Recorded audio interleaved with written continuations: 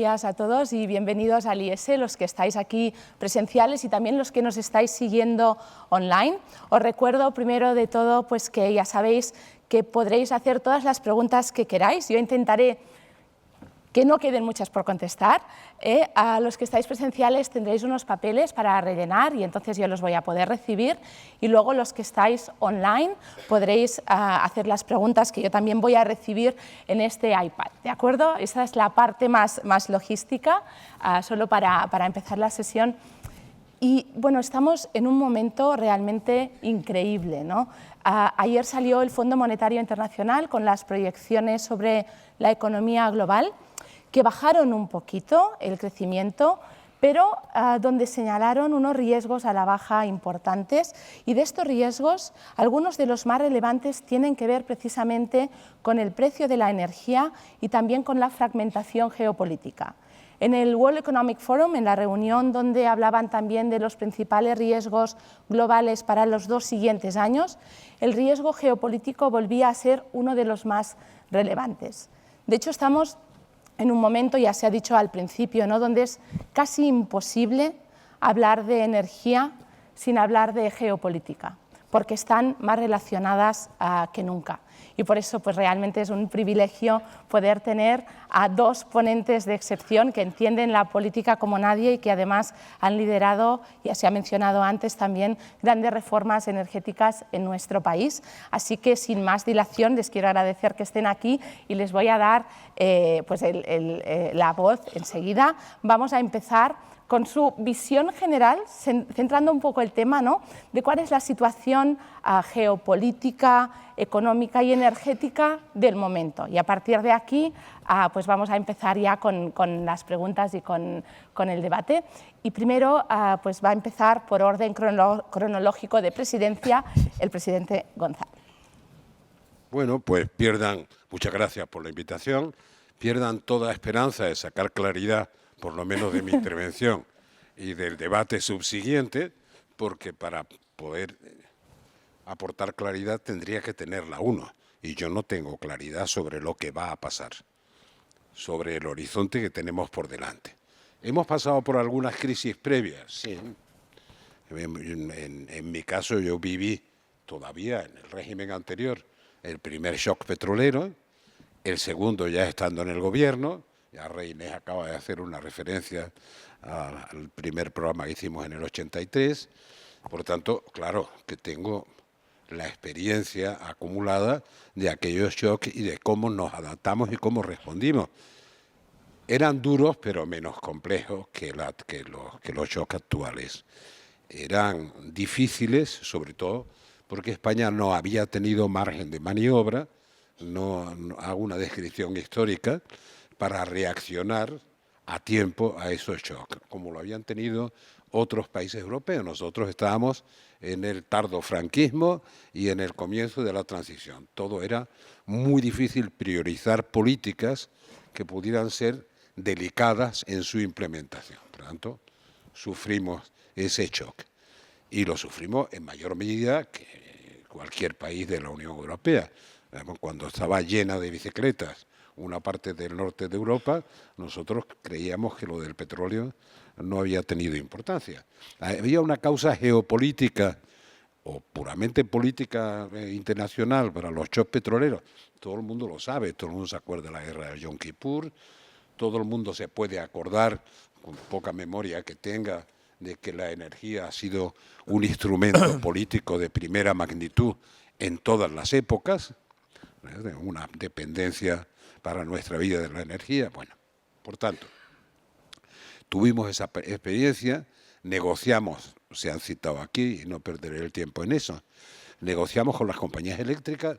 Nuestro modelo era un modelo distinto del de la mayor parte de los países europeos, pero eran empresas privadas, eran muchas más de las que quedaron finalmente, con la excepción de Endesa. Endesa tiene una pequeña participación, después amplió la participación privada y después el gobierno del presidente Aznar privatizó la totalidad. En el interregno, Endesa se hizo muchísimo más fuerte, mucho más poderosa en toda la evolución previa. y era, en un dato que comentaba anoche, bien curioso, porque cuando pactamos, cuando negociamos con que era público-privado como debería volver a ser, cuando negociamos con las eléctricas, yo creía que Endesa debería competir en todo, desde la cabecera hasta la distribución, debía competir como las demás. Hubo una oposición cerrada. Bueno, dentro de unos años nos volveremos a reunir y me pedirán que Endesa compita, y que compita aguas abajo, que no solo se quede como empresa de cabecera. Nadie lo creyó. Entre los interlocutores sabían mucho más que yo, igual que hoy saben mucho más que yo de energía. Pero a los 4 o 5 años vinieron a verme y a decirme que se los comía a todos Endesa, y el marco de distribución de beneficios estaba absolutamente pactado. Y efectivamente Endesa progresó enormemente, se redujo el número de empresas operadoras, etcétera. Bueno, fue la primera parte de este desafío que ya vivimos entonces y que tenía implicaciones geopolíticas. Cuando acabé el gobierno, entra el gobierno del presidente Aznar y empieza un proceso de liberalización previo a las decisiones de liberalización del conjunto de Europa. O sea que aquí hubo una cierta anticipación, con todos los problemas que realmente tiene cualquier proceso de liberalización, con los costes de transición al modelo de liberalización, etcétera, y a mitad de los 90, no, a principios del 2000, ya empieza a haber otras consideraciones. Por ejemplo, empieza a haber un despliegue de renovables, etcétera. Bueno, ahora no me extenderé mucho y ni siquiera tengo garganta para extenderme tanto, pues esto es transitorio, lo otro es pura vejez, lo de la pierna es más transitorio. Pero en la última fase ya se decía con claridad aquí que hace 4 años cambió la situación, que ya había cambiado, y se produjeron procesos de aceleración increíbles. Les pongo algunos ejemplos. Por ejemplo, alguien que ha vivido una cancillería extraordinariamente respetable como Merkel, de pronto, después del accidente de Fukushima y estando entrenada políticamente, su primera función fue ir y participar en los acuerdos de Kioto sobre cambio climático, etcétera. Se impregnó mucho de lo que suponía la sostenibilidad desde el punto de vista medioambiental. Cuando ve ese accidente, decide, y eso se ha convertido en irreversible, que la vida de las nucleares se acaba. De hecho, se acaba de acabar, para entendernos. Una prórroga de unos meses, se acaba. Y la alternativa a las nucleares se ha complicado, porque realmente el suministro es una de las características que se han dicho aquí. El suministro seguro era el suministro de un acuerdo con la Federación Rusa, que tiene implicaciones políticas de primer orden, claro. A ustedes les gustará que nosotros hablemos de política, ¿no? A mí me gustaría enterarme de qué pasa con la energía. Lo digo en serio, porque no sé cómo respondería si estuviera al frente de una gran empresa energética. No sé cómo respondería a la pregunta sobre qué bases de certidumbre, dentro de lo que siempre es el riesgo de un negocio, usted tomaría decisiones de inversión en la empresa que preside. Si me acaban de decir que ha habido no sé cuántos cambios normativos, es un ritmo de uno cada mes o cada semana, acostumbrémonos, porque va a haber más. Y lo va a haber a nivel europeo, incluso si Europa no tiene esas competencias. Si a mí me hicieran esa pregunta, diría, a puro riesgo, no sé sobre qué base se van a hacer. Y digo, no sé, lo digo de verdad. ¿Qué vamos a hacer como país con las nucleares? Con lo que queda de vida útil de las nucleares, o cómo se pueden prorrogar. ¿Vamos a hacer lo mismo que Francia? Digo, que Alemania. Francia hará lo contrario. Pues yo creo que es un disparate.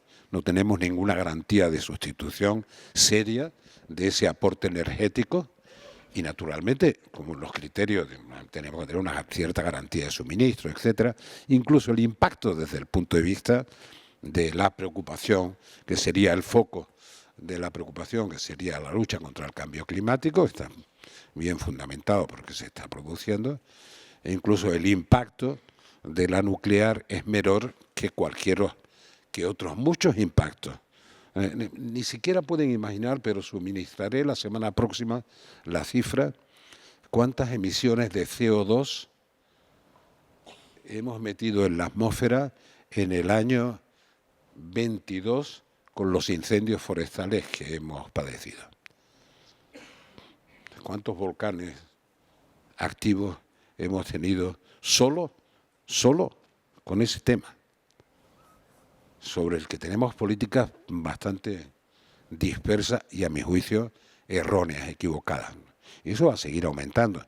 Si es a nivel mundial, ni les digo cuánto CO2 se ha producido por no haber políticas preventivas, que no impiden que haya fuego.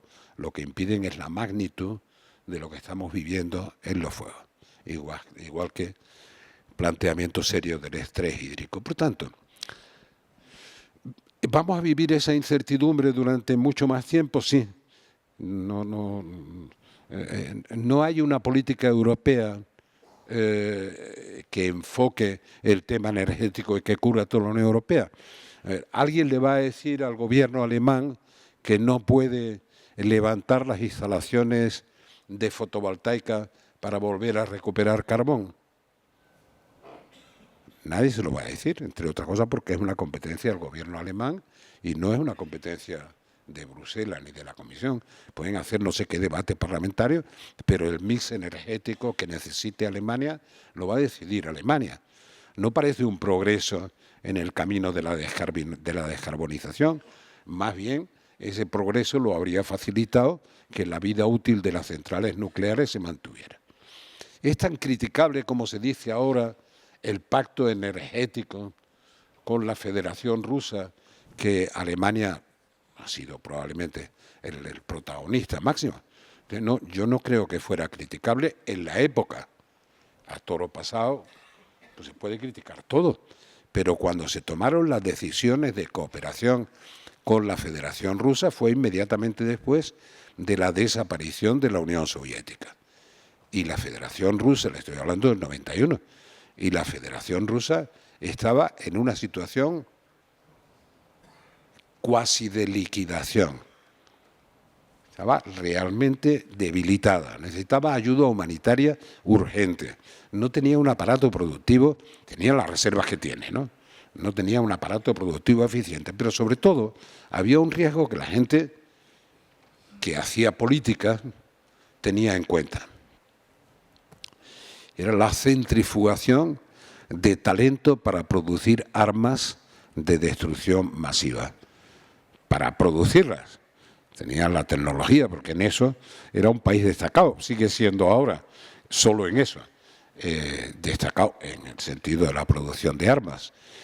Por tanto, todo el mundo estaba teniendo que optar, hablo ya aparte de la ayuda humanitaria de los primeros momentos del 91, cuando implosiona la Unión Soviética, y no por Gorbachov. No fue Gorbachov, fue Yeltsin quien decide acabar con la Unión Soviética, y Gorbachov es el que paga el precio de irse, como era obvio, o es obvio ahora para todos. Pero él no toma esa decisión. ¿Qué iba a ocurrirle? Les digo porque la curiosidad pues siempre alimenta las anécdotas de encuentros como este. ¿Qué iba a ocurrir? Se lo dijimos en Madrid el 1 de noviembre del 91. En una cena en la que estaba el viejo rey, Bush, Gorbachov y yo mismo. Después de conversar con Bush y comunicarme Bush que según toda la información de que disponía, y estoy hablando de Bush padre, que sí era especialista en información, ¿ves? Tenía toda la información que se podía acumular en una larguísima experiencia política, que según toda la información de que disponía, esa era la última cumbre, la última reunión en la cumbre que tendría con Gorbachov y con el presidente de la Unión Soviética, y que era más un problema de semanas que de meses. Estoy hablando del 1 de noviembre y el 25 de diciembre Gorbachov estaba fuera del poder, y la Unión Soviética había desaparecido. Bueno, esto ocurrió aquí, en este entorno madrileño, en la famosa cumbre árabe-israelí, que fue la primera vez que se planteó, etc. El bueno de Gorbachov decía, depende de la reacción internacional. Y digo, sí, de lo que pueda hacerse internacionalmente depende en el 4%, en el 5%, en el 95% de las relaciones de fuerza internas. Y en esas relaciones de fuerza, Gorbachov estaba liquidado. Entonces, ahí se plantea un problema de mayor envergadura. Desaparece el referente a nivel internacional de una política que era la política de bloques. Todavía en ese momento no éramos capaces de calibrar la importancia de la gran potencia emergente que era China. Todavía en ese momento considerábamos la fábrica del mundo, cuando ya había ido incorporando tecnologías como se puede ver ahora, etcétera, ¿no? Por tanto, en aquel momento suponía, la teoría del fin de la historia, suponía que desaparecía el interlocutor de ese orden mundial en el que también se ha hecho un comentario reciente, un orden mundial en el que, digamos, las dos potencias, Unión Soviética y Estados Unidos, digamos, vivían en eso que llamaban el equilibrio del terror, y solo en las zonas de rozamiento se producían conflictos permanentes. Pero en las zonas centrales, salvo excepciones como la crisis de los misiles de Cuba, etcétera, en las zonas de confort de las grandes potencias se vivía con un equilibrio que se rompió obviamente en ese momento y hubo que reconstruir ese orden internacional de una manera distinta. Y todo tenía afectaciones. Entonces, la decisión en aquel momento de cooperación con la Federación Rusa era para estabilizar a la Federación Rusa. Aunque Putin no sea consciente de que eso era así, incluso su participación en los consejos de la OTAN, en las maniobras de la OTAN, etcétera, nunca había una agresión por parte de nadie que afectara, ni al día de hoy, lo podemos decir, a un solo centímetro del territorio de soberanía de la Federación Rusa, que dicho sea de paso, es el territorio más extenso del mundo. No hay ningún país equiparable al territorio de soberanía de la Federación Rusa, a pesar de lo que estamos viviendo. Por tanto, hemos evolucionado geopolíticamente, pero ahora la evolución geopolítica nos lleva a elementos de incertidumbre extraordinariamente importantes.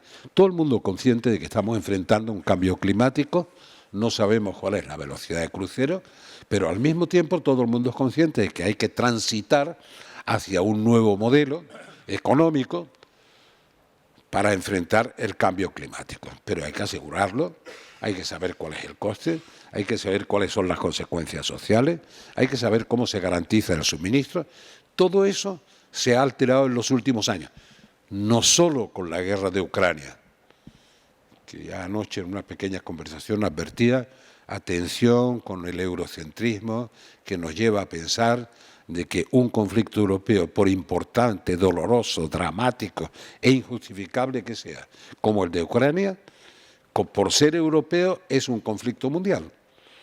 Entonces puede haber muchos más miles de muertos en Irak o en Siria o en Afganistán o en la guerra Irak-Irán, etcétera.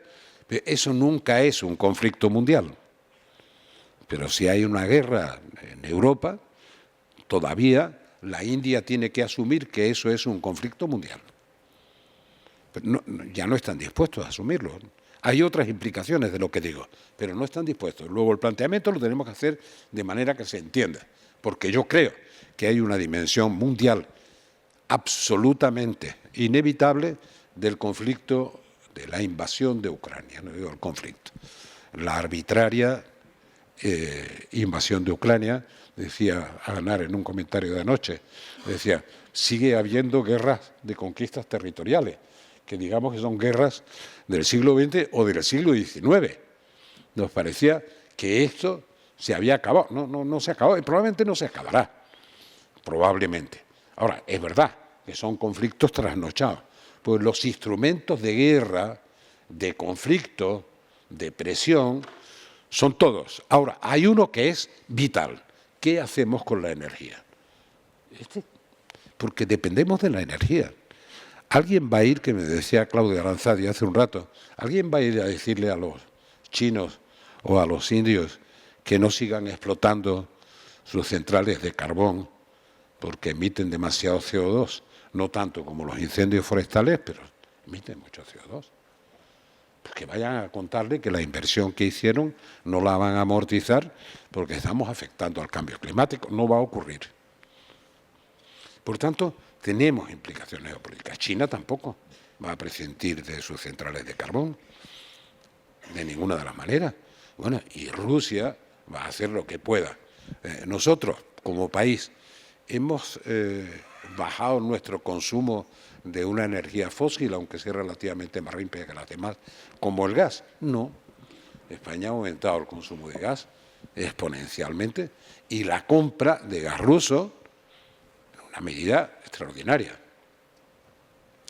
Es verdad que no tenemos una tubería que llegue hasta aquí, pero estamos comprando el gas ruso en abundancia. Bueno, entonces, geopolíticamente estamos retrocediendo en la globalización, en una política de interdependencia creciente, hasta que ha habido conciencia, sobre todo ha habido conciencia en Estados Unidos y Occidente, que la interdependencia se estaba desequilibrando, tenía la percepción de desequilibrarlo, y parecía más una dependencia en toda la cadena de suministro de la potencia emergente que es China, que de otros factores. Por lo tanto, vemos que Estados Unidos está empeñado en un proceso de reindustrialización interna, en el que el factor energético es fundamental. Está intentando entenderse con México y se entiende. Hay peleas todos los días, ¿no? Pero pelea de las mañaneras, ¿no? Pero las inversiones siguen llegando a México y la cadena de suministro se fortalece y se mantiene. Y parte de la economía mexicana, una parte sustancial, además de las remesas de migrantes, está dependiendo de ese tipo de inversiones. Bueno, el tipo de inversiones trata de sustituir la dependencia o interdependencia con China por una interdependencia próxima y gobernable. Entonces, en función de eso, Estados Unidos ha hecho un enfoque de política energética interesante que merece la pena analizar políticamente por Europa y dentro de Europa por España. Entonces, es una política de estímulos y es una política de estímulos con una fiscalidad apropiada a esa política de estímulos, para que quien toma el riesgo de hacer inversiones que contribuyan a la descarbonización y a la autonomía, a la independencia energética de Estados Unidos, pues en lugar de recibir palos, reciban zanahorias que les permitan ir avanzando. Nosotros tenemos una visión mucho más reguladora y sancionadora de quien no cumpla lo que nosotros creemos que tiene que cumplir. Hablo de los europeos en general. Pero como tampoco estamos seguros de lo que tenemos que cumplir, estamos con cambios regulatorios travestidos de amenazas, de que si no se hace esto pasará lo otro, que yo creo que es muy difícil, muy difícil que estimulen la inversión, aunque yo recomiendo que se invierta. Que se invierta igual que si no hubiera política, pero va a haber política, y mucho más importante que nunca.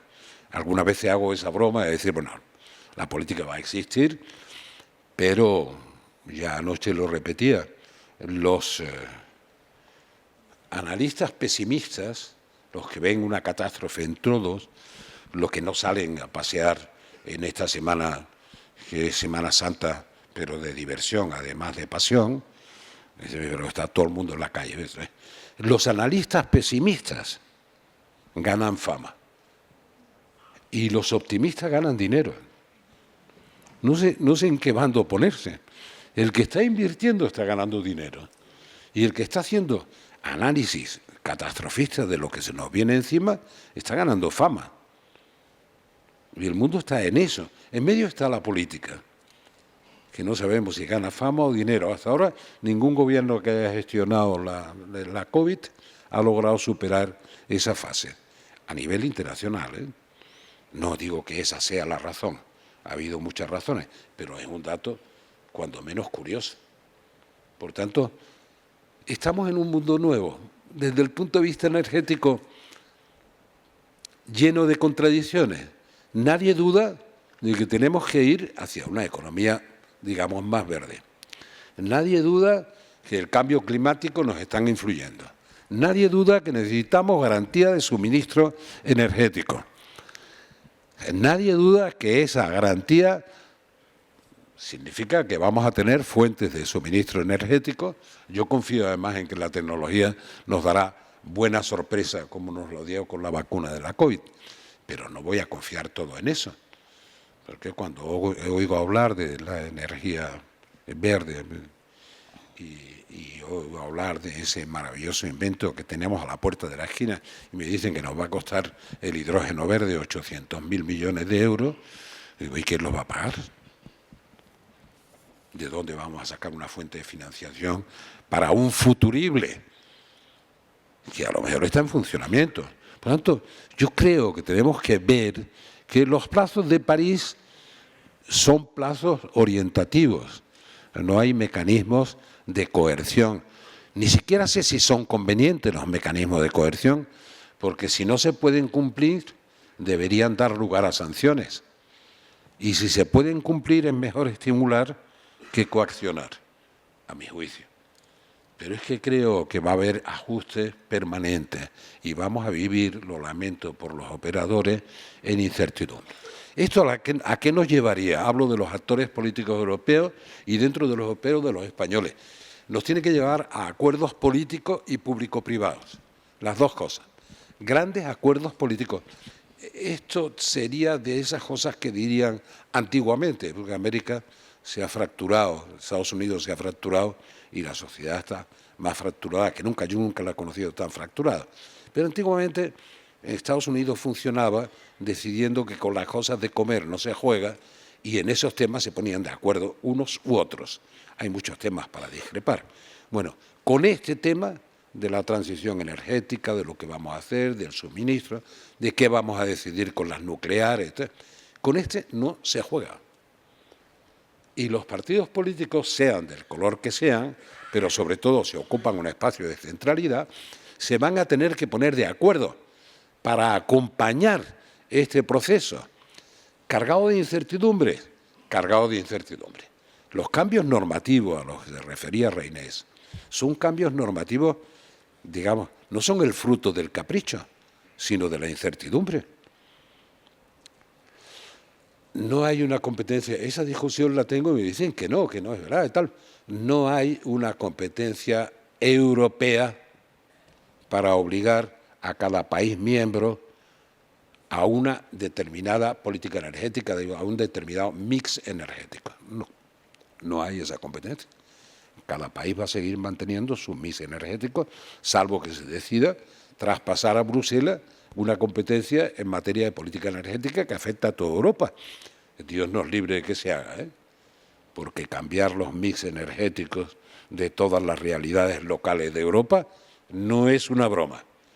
Va a ser muy, muy, muy difícil de conseguir. Hay de todo, tradiciones, procesos productivos, etc. Por tanto, vamos a ver.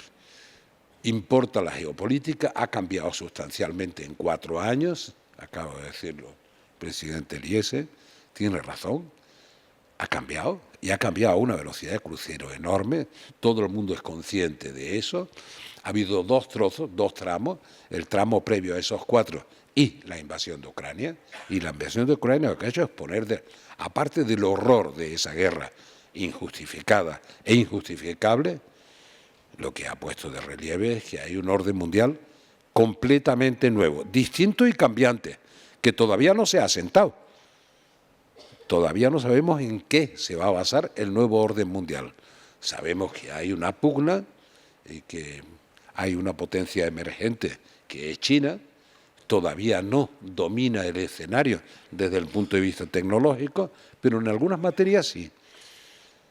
pondré un ejemplo y me callaré. Cualquier inversor, imaginemos, de empresa española o de empresa americana, que quiera poner fotovoltaica en Estados Unidos, podrá hacerlo y tendrá ayudas para hacerlo. Pero en la cadena de suministro no podrá prescindir de China. Si no, no pondrá fotovoltaica, pondrá velas o cerillas, ¿no?, para encenderla por la noche. ¿Esto es fácil de resolver? No, va a haber mucho tiempo para que eso pueda resolverse. Estamos en un juego, por tanto, nuevo completamente, del que no se sacan todas las consecuencias. Acabo de venir de un doble o casi triple viaje por América Latina. El grado de desconcierto que se está produciendo es enorme, enorme, porque quieren saber cuáles son sus oportunidades, como todos. Quieren saber cómo se sitúan en esta pelea.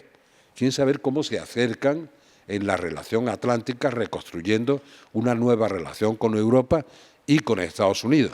Estados Unidos quieren que escuchen con atención su prevención respecto de las políticas chinas en América Latina. Pero por el momento China invierte y Estados Unidos aconseja. Y entre invertir y aconsejar, la gente que necesita inversión se queda con la inversión, aunque sea bienvenido el consejo. Por tanto, estamos en un gran lío desde el punto de vista del futuro de la energía y de la geopolítica de la energía, que cada vez, siempre lo ha jugado, pero cada vez va a jugar un papel más relevante. Y dentro de ese lío, de ese mundo todavía lleno de sombras, no tengo más remedio que decir, aunque sea contracorriente, porque estamos en campaña, no en campaña, en campañas electorales. No sé si alguna vez no estamos en eso. Las fuerzas políticas principales se tienen que poner de acuerdo, sí o sí. No es optativo. O se ponen de acuerdo o no tendremos una salida de futuro que sea razonable. No me estoy dirigiendo a unos o a otros. Digo, la centralidad política hay que recuperarla.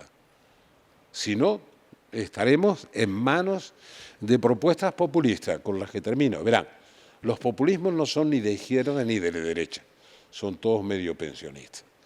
Y el populista es el que propone respuestas simples a problemas complejos. Como la complejidad no desaparece, la respuesta simple no funciona. Pero el populista inteligente, ya digo, los hay de todos los colores, sabe que no va a funcionar. Por tanto, busca un culpable de que no funcione su feliz y simplista idea de cómo se resuelven los problemas. Y nunca tienen la culpa. La respuesta, la propuesta es correcta, pero los enemigos... Yo acabo de oír una declaración que me asombró una vez más, lo he oído esta mañana, bien tempranito, a las 6:30 de la mañana, una nueva declaración de Trump diciendo que con él la guerra de Ucrania no se hubiera producido. ¿Explica por qué? No. No. Pero hay un 38%, un 37% de americanos que cree que sí. ¿Y qué hubiera hecho? Y dice, no, yo hubiera eliminado a los que se oponen, no, no hay una explicación, es una simplificación que no necesita explicación, no necesita más que recorrido en las redes. Entonces, eso, más un pequeño consejo, siempre es mucho mejor pensar y luego hablar, que hablar y luego pensar lo que se ha dicho. Y la política de la red, de los tweets y de no sé cuánto, nos obliga a todo el mundo, yo no la practico, incluso cuando hago política, a disparar primero y después a mirar dónde ha dado el disparo.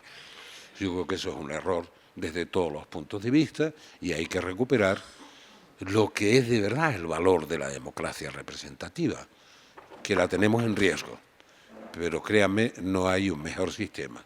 Así que lamento no darles luz sobre lo que tienen que hacer, le digo a las empresas que inviertan, porque solo los optimistas que invierten pueden ganar la partida, salvo que quieran ganar fama, que entonces pueden parar todas las inversiones, entonces perderán dinero pero ganarán fama, ¿no? como los pesimistas. Yo no aconsejo el pesimismo, sino el optimismo. Van a tener mucho acompañamiento político a nivel europeo, a nivel de cada uno de los países europeos. Por el momento no veo mucho acompañamiento político, porque desde la política no se sabe muy bien qué hacer, incluso desde las instituciones europeas. Nos cuesta mucho trabajo afirmar esas cosas, pero realmente la Comisión parece que está más en una competición electoral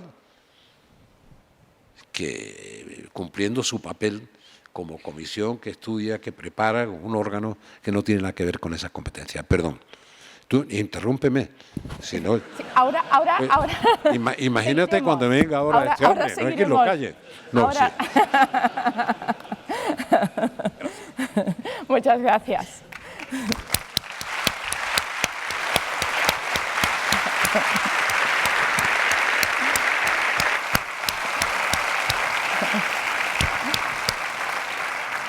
Bueno, después de este repaso extenso sobre geopolítica y las grandes preguntas que tenemos pendientes a aprofundir en el futuro, en breve, ahora damos la palabra al presidente Aznar. Pues muchas gracias.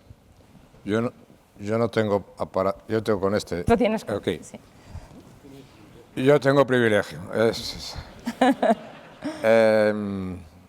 Primero, muy buenos días a todos y muchas gracias por la invitación a la Fundación Naturgy y al IES por acogernos en estas magníficas instalaciones. Encantado de estar esta mañana aquí, encantado de estar con el presidente Felipe González y compartir estas reflexiones.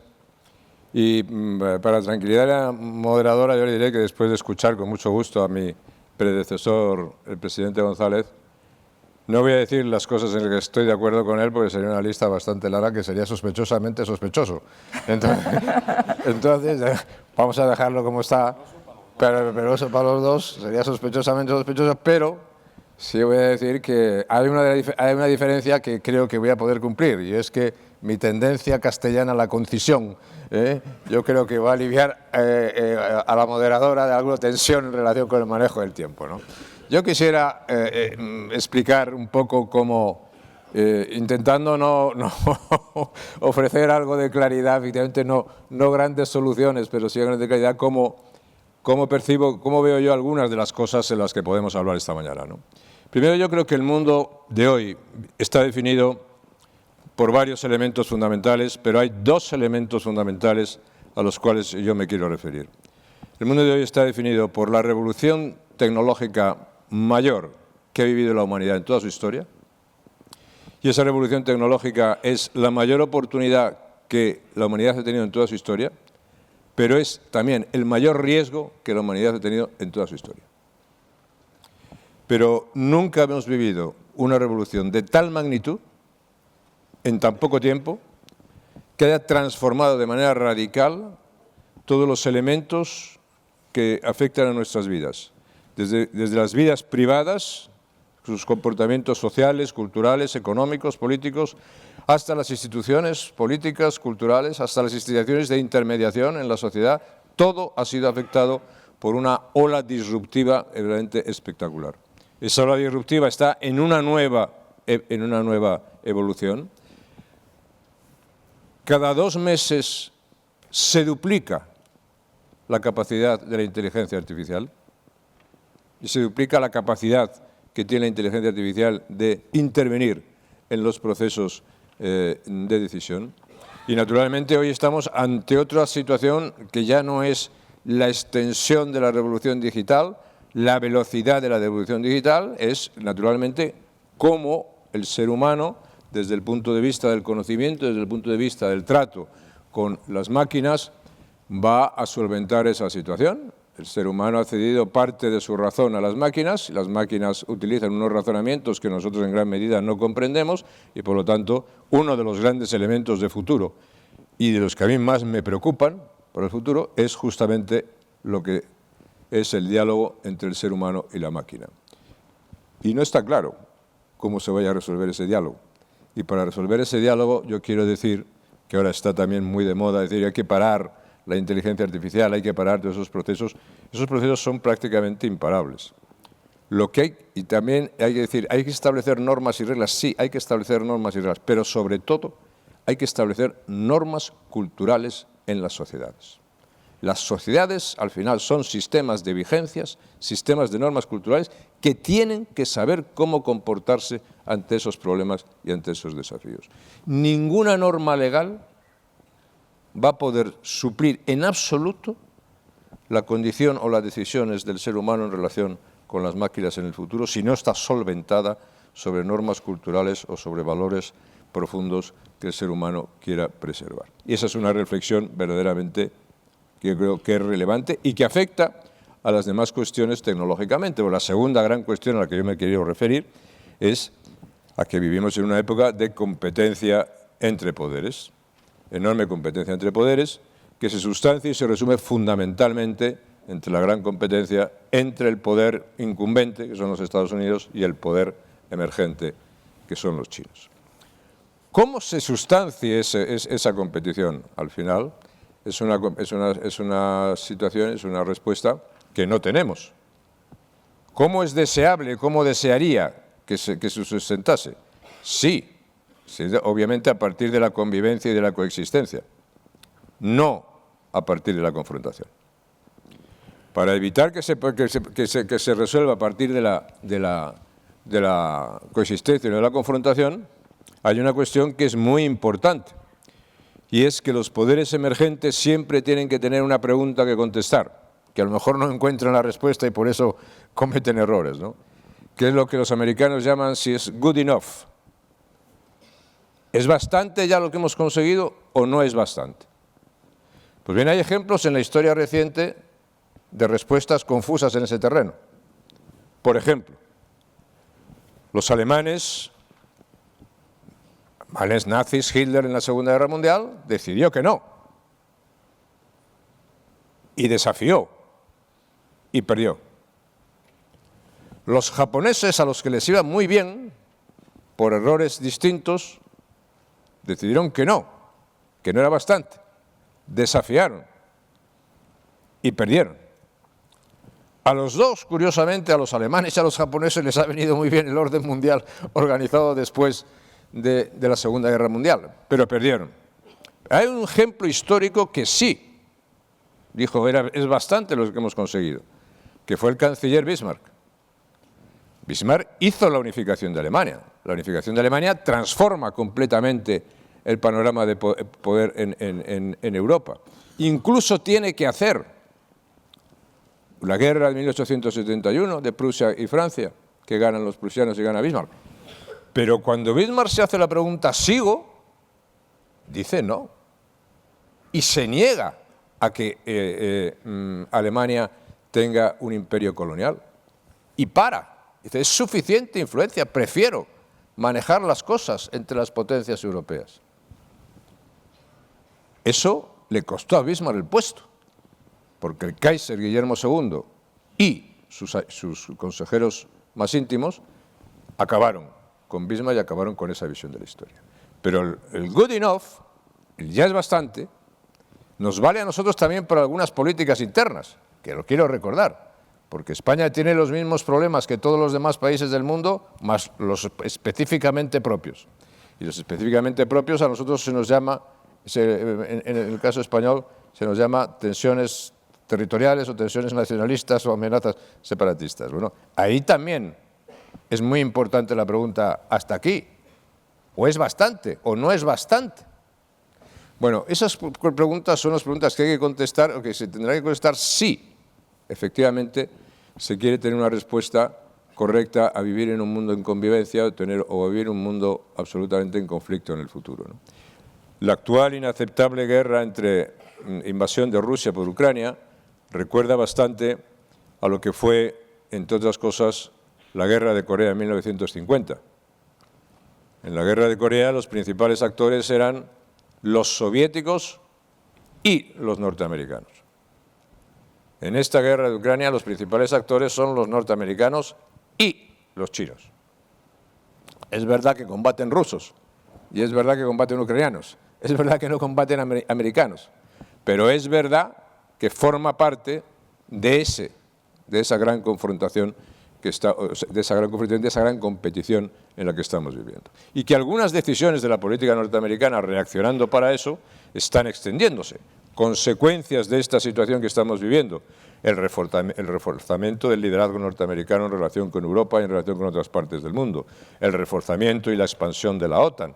Nada menos, ayer lo hablábamos, la expansión, la incorporación de Finlandia, los compromisos que efectivamente ha asumido la OTAN, los compromisos en materia de defensa que han asumido algunos países, todos los países que tienen que materializar, más responsabilidades en esas materias. Y dentro de todo eso está todo el tema de la energía, que vive también una doble revolución.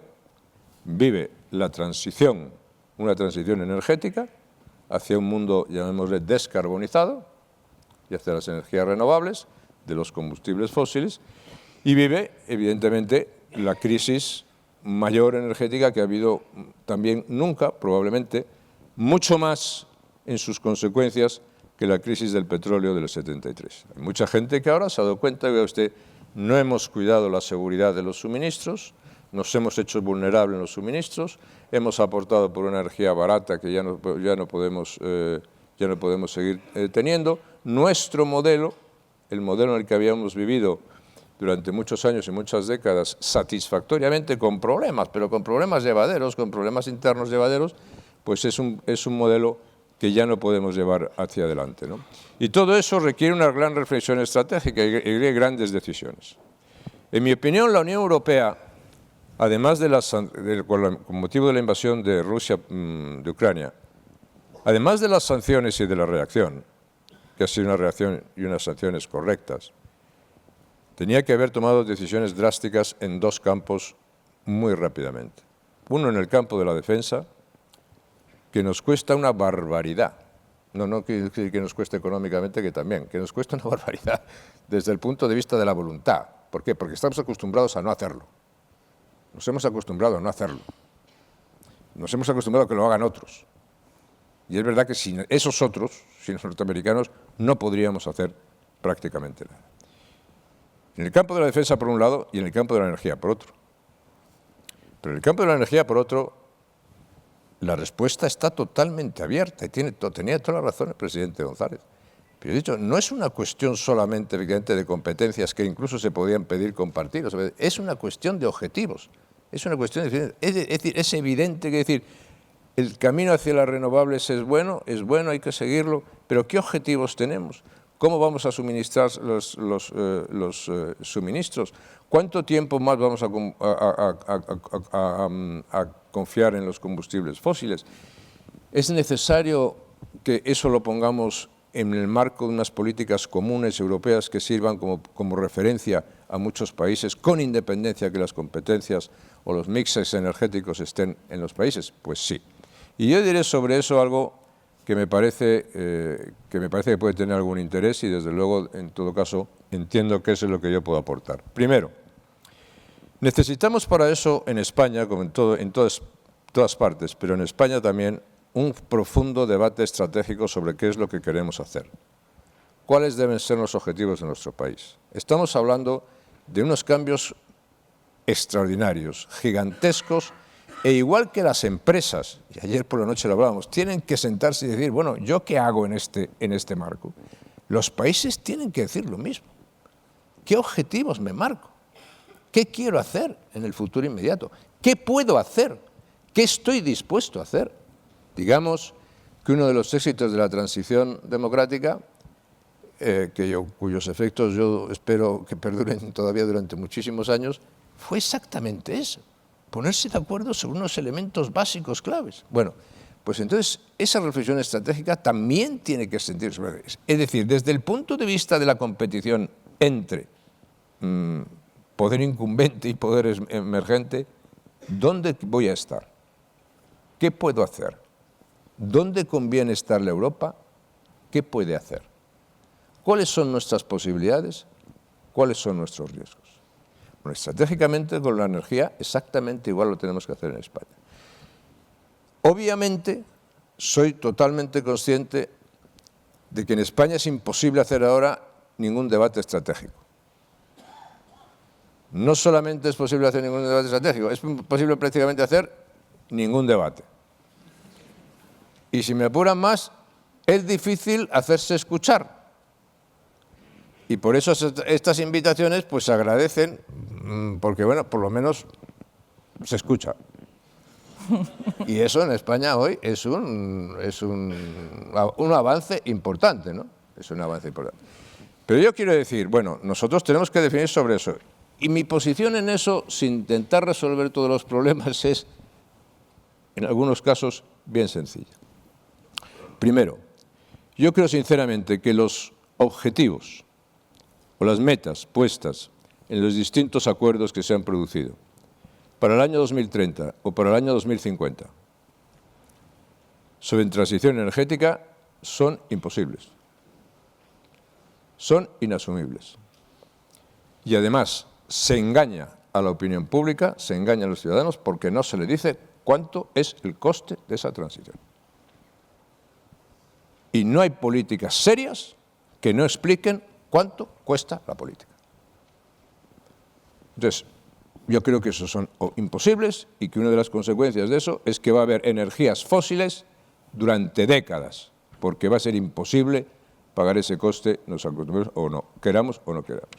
Segundo, aun en el supuesto que no queramos, resulta que hay elementos determinantes para el desarrollo de cierto tipo de energías que no dependen tampoco de nosotros, sino que dependen de los chinos o de los taiwaneses o de los dos. Y estamos hablando de los semiconductores, estamos hablando de los microchips, estamos hablando de los materiales, lo que se llaman los minerales raros. A todo eso es lo que está respondiendo los Estados Unidos. Y a todo eso es lo que Europa está diciendo, ¿y yo qué hago? Y todavía no ha contestado. Y como tarde un poco más en contestar, no va a hacer nada más que lo que le digan que tiene que hacer. Eso es para mí un factor importante y un factor claro para explicar a la gente. El camino hacia las renovables es un camino deseable y loable. El camino a la descarbonización es un camino deseable y loable. Los tiempos marcados son imposibles. Y si esos tiempos se basan en las tesis de que las sociedades tienen que crecer menos, o las tesis del decrecimiento de las sociedades o de las economías, me parecen además un error garrafal, en el cual no solamente ponen en peligro lo que significan los elementos básicos de la seguridad energética, de la transición energética, del suministro viable, sino los aspectos sociales que están estrechamente vinculados con todas estas políticas. Segunda cuestión que quería decir. Quiérase o no, el tema nuclear y la energía nuclear está encima de la mesa. Yo no puedo responder a cuál es la situación financiera hoy de las empresas energéticas en relación con las nucleares y no quiero decir. Digo, en mi opinión, la energía nuclear es una energía indispensable. Y España tiene que discutir sobre ese tema. Y en mi opinión, la decisión de prolongar la vida de las centrales nucleares en España, si es posible, es absolutamente necesaria y conveniente. Y yo la defiendo y la digo. Creo que España cometería un error garrafal que añadiría un coste insoportable si además de todo esto hacemos una política de cierre de las centrales nucleares. Tercero, espero que no nos pase como nos ha pasado con las centrales de carbón, porque los alemanes, por decirles, que creían en la energía barata para mucho tiempo y que tuvieron, que no es criticable, pero que no fue criticable en su época, pero que es criticable ahora, o que se puede decir ahora, los alemanes han vuelto a abrir centrales de carbón. Muy bien, enhorabuena. Han visto abrir las centrales de carbón porque su suministro de gas se ha perdido, el suministro de petróleo se ha perdido por otro lado. Los españoles no podemos abrir centrales de carbón si queríamos, porque en nuestro entusiasmo no solamente cerramos las centrales de carbón, es que las desmantelamos. Las desmantelamos. Yo digo, oiga, mire usted puede abrir centrales de carbón, usted si es que no puedo, o me parece que puedo una, que no se acabó de desmantelar. Bueno, pues digamos las cosas con claridad. En tercer lugar, oiga, mire usted, el gas, y no os lo digo por estar aquí en un foro de Naturgy, el gas es muy necesario. El gas es indispensable. Entonces, no voy a hacer muchas cosas sobre... Pero vamos, en España hay gas. Y hemos decidido lo que criticamos de otros países. Oiga usted, si usted tiene esos minerales, ¿qué ha decidido usted? ¿Sentarse encima de los minerales? Pues enhorabuena. Y dice, usted tiene gas, ¿y qué hemos decidido los españoles? Sentarnos encima del gas. O sea, aquí no se puede explorar. Aquí no se puede hacer nada. No es posible. Aquí no es posible explorar, no es posible extraer gas, no nos gusta el fracking, no nos gusta que haya ninguna cosa por en medio, demasiado cerca. Eso sí, no nos importa traer gas por fracking pagando gas natural licuado de los Estados Unidos en barcos, que es nuestro principal suministrador en este momento. Bueno, ¿cuáles son las cargas fiscales para la energía, las cargas fiscales, por ejemplo, para el gas? ¿Cuáles son las regulaciones? Yo no creo. Antes se recordaba, yo hice una política en el gobierno de liberalización, de competencia en el sector energético. No digo que el sector energético no tenga que tener su regulación. Digo que una excesiva regulación en todos los sectores es la peor receta para la expansión de los sectores, para la seguridad jurídica, para la rentabilidad de los sectores y para la expansión del crecimiento económico. Y creo, sinceramente, que tenemos que hacer un esfuerzo muy grande desde el punto de vista de garantizar la seguridad jurídica. En todo caso, soy muy consciente que eso, si fuese posible discutirlo, hablarlo serenamente, tranquilamente y llegar a ciertos acuerdos, pues sería mucho mejor. Entonces, yo creo que para España que tendría que reflexionar qué es lo que cuál es mi posición en todo esto, qué debo yo hacer en todo esto, cómo puedo yo ayudar a la Unión Europea en todo esto, cómo refuerzo mi alianza con los Estados Unidos en todo esto. Desgraciadamente no tenemos las condiciones políticas para hacer posible unos acuerdos como necesitaría España para 15 o 20 años.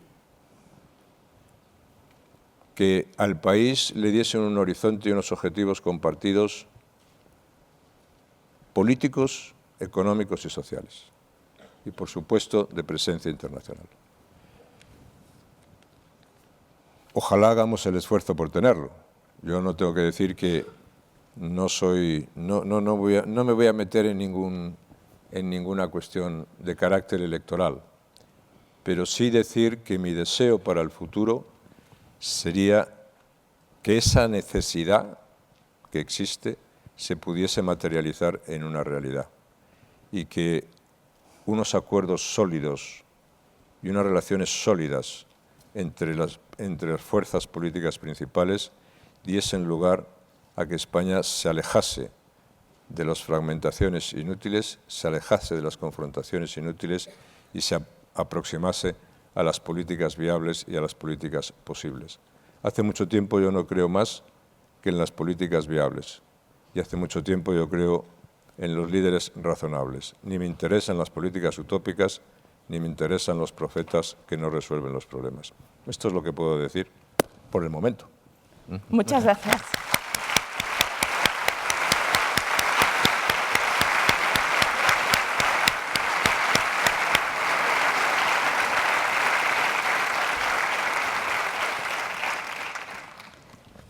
Bueno, después de estas introducciones tenemos ya una gran cantidad de preguntas y voy a intentar irlas juntando un poquito.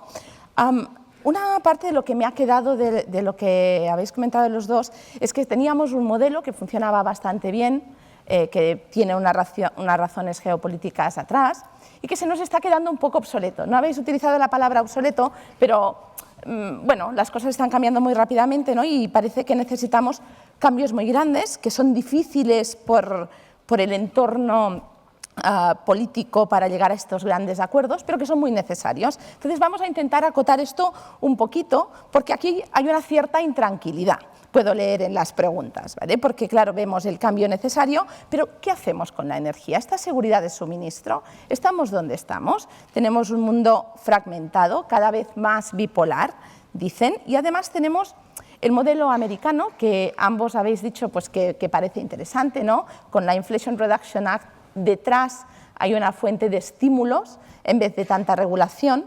La cantidad de dinero no es tan distinta, pero también hay una parte de Made in America. O sea, está Estados Unidos en cierta manera promocionando estas subvenciones, digamos, a las empresas que están localizadas, al menos en un principio, en Estados Unidos. Entonces, con todas estas reflexiones que vienen de varias preguntas, la primera pregunta general sería ¿cómo podemos hacer compatible esta transición, estas ayudas, a lo mejor acercándonos un poco al modelo americano, vamos a ver si Europa lo puede hacer o no, con la competitividad o mantener la competitividad de la industria europea en este entorno? ¿Qué tenemos que hacer?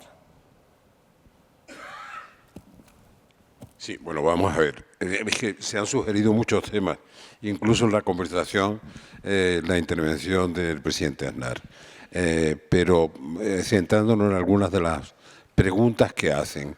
Vamos a ver, yo creo que la política americana es una política, a mi juicio, inteligente y de estímulo. Tiene garantías de que va a funcionar durante mucho tiempo. Algunas de las contradicciones ya las he puesto de manifiesto. El que quiera hacer fotovoltaica dependerá de China, ¿no? Y va a haber mucha gente haciendo fotovoltaica. Por lo tanto, no todas se resuelven enseguida. Incluso algún comentario que hacía el presidente Aznar de que dependíamos de Taiwán. Hay una buena y una mala noticia al mismo tiempo. Parte de la producción de Taiwán, de los microprocesadores, etcétera, se hace ya en China continental. O sea que los empresarios taiwaneses parece que les interesa ganar dinero y le han ofrecido a los otros que ganen dinero también dentro. Por tanto, esto se va a hacer un poco más complejo. Y había una pregunta que era, o una reflexión, es decir, los objetivos 2030 o 2050 son alcanzables. Hay un matiz a lo que decía el presidente Aznar que quiero poner de manifiesto. Con los medios actuales disponibles y contrastados, creo que no. No son alcanzables. ¿La dependencia del petróleo va a continuar? A mi juicio va a continuar la dependencia del petróleo y del gas durante mucho tiempo. ¿Van a jugar los actores petroleros? Ya hemos visto cuál ha sido la decisión de la OPEP cuando han bajado los precios del petróleo. Una vez más, oligopólicamente, cortan la producción y suben los precios del petróleo en todos los mercados. Suben hasta donde quieran. Atienden a razones de unos y de otros, a sus propias razones, a sus propios intereses. Y eso va a seguir siendo así. Entonces, el problema de no tener respuesta es no reconocer que no se tienen respuestas con certidumbre. Ser ambiciosos en los objetivos interesa siempre que no induzcan a engaños. Y yo creo que realmente no tenemos una hoja de ruta que no produzca confusión y engaño. Vamos a mantener la competitividad con las nuevas tecnologías, con nuevos sistemas de producción energética. Yo creo que completada la transición, sí. De hecho, nos hemos hecho más competitivos, hemos sabido ahorrar energía por los shocks petroleros, etcétera. Hemos sido más eficientes en el uso de la energía, etcétera. Pero a priori nadie garantiza que la introducción de una nueva tecnología, a priori, supone un incremento inmediato de la productividad. Nadie lo va a garantizar. Yo creo que sí, que se va a producir y vamos a seguir evolucionando hacia un ahorro energético. Lo estamos estimulando no tanto como parece, no lo estamos estimulando, tomamos medidas a veces de apoyo que no crean un estímulo al ahorro energético, que es lógico además que se produzca en situaciones de dificultad, pero no tenemos, el problema es que no hay posibilidad de garantizar nada y es más, vamos a tener un problema curioso. Estados Unidos, que teóricamente es una economía liberal, poco intervencionista teóricamente, hay que ver lo que ha crecido el papel del Estado en los últimos años. Hay que ver lo que era, en esta discusión que tenemos siempre, papel del Estado y papel del mercado, para entendernos, ¿no? La verdad es que cuando llegó el bichito pandémico, todo el mundo miró al Estado. Las grandes plataformas, las grandes compañías, con presupuestos mayores que la mayor parte de los estados, no tenían capacidad de reacción frente a eso. Por tanto, tenemos que volver a redefinir papel del Estado y papel del mercado. Aquí tenemos un mal ejemplo ahora de una mala relación Estado con empresas, otra vez, que deberíamos superar, porque estos líos no nos llevan a ninguna parte. Pero en todo caso, el Estado, el papel del Estado como factor regulador, querido Aznar, en esto que es el mercado eléctrico y en el tema de la energía, es el papel regulador del Estado. Es absolutamente imposible de eludir. Sin duda. ¿Cómo va a regularlo?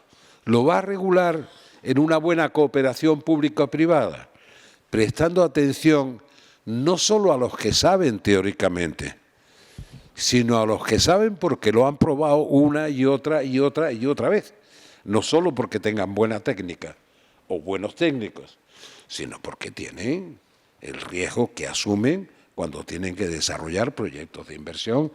Por tanto, en ese sector, más que en ningún otro, a pesar de lo que dice, la broma que hice antes, inviertan, a pesar de todo, inviertan, porque todas las garantías no las van a tener, más bien va a haber un nivel decreciente de garantía en los próximos años, pero inviertan, porque solo los que invierten van a salir adelante. Pero, a pesar de todo, no tenemos ninguna opción más que una buena, ágil y confiable cooperación público-privada, de papel del Estado y papel de las empresas. Y en este tema es imprescindible. No solo tiene que haber grandes acuerdos políticos que llegarán, porque a la fuerza ahorcan, no porque haya voluntad de hacerlos, sino tiene que haber un buen sistema de cooperación público-privada. Y tiene que haberlo pronto. Por tanto, soy menos pesimista respecto de los objetivos. ¿Por qué? Porque haya datos de la realidad inmediata que nos digan que en el horizonte de 2030, de 2050, no sé qué va a pasar. Yo se lo he oído incluso hace muchos años. Oía que no habría necesidad de petróleo y no sé cuánto. Esto es absurdo, esto no va a ser así. Ahora, lo que sí sé es que la evolución y la revolución tecnológica nos va a llevar más rápidamente de lo que hoy es previsible con los datos disponibles a conseguir esos objetivos. De eso estoy absolutamente seguro de que va a producir, aunque no tenga los datos concretos. Por tanto, nos vamos a seguir moviendo en un mundo de incertidumbre. Y en la geopolítica, decía el presidente Aznar, hay una cosa curiosa, verán. La revolución tecnológica, sobre todo, ha sido una revolución de la comunicación entre los seres humanos. Sobre todo, fundamentalmente. Algo a lo que aspira el ser humano toda la vida. Pero la liquidación del tiempo y del espacio, que son la misma cosa, para comunicarse con el otro, la primera vez que se produce en la historia de la humanidad es ahora. El hecho de que podamos estar haciendo esto aquí y siguiéndolo en tiempo real a 20.000 kilómetros de distancia, esta es la verdadera revolución, la matriz de la revolución, la que influye en todo. Desde luego, la inteligencia artificial, curiosamente, no ha sido disruptiva respecto de la acumulación que se había producido tecnológica antes. Puede haber una disrupción, todavía no se ha producido, pero es un fenómeno sin duda apasionante que condicionará nuestra vida. La de la energía puede que no, la de la comunicación entre los seres humanos, desde luego sí. Y detrás de eso, para tranquilidad de los que no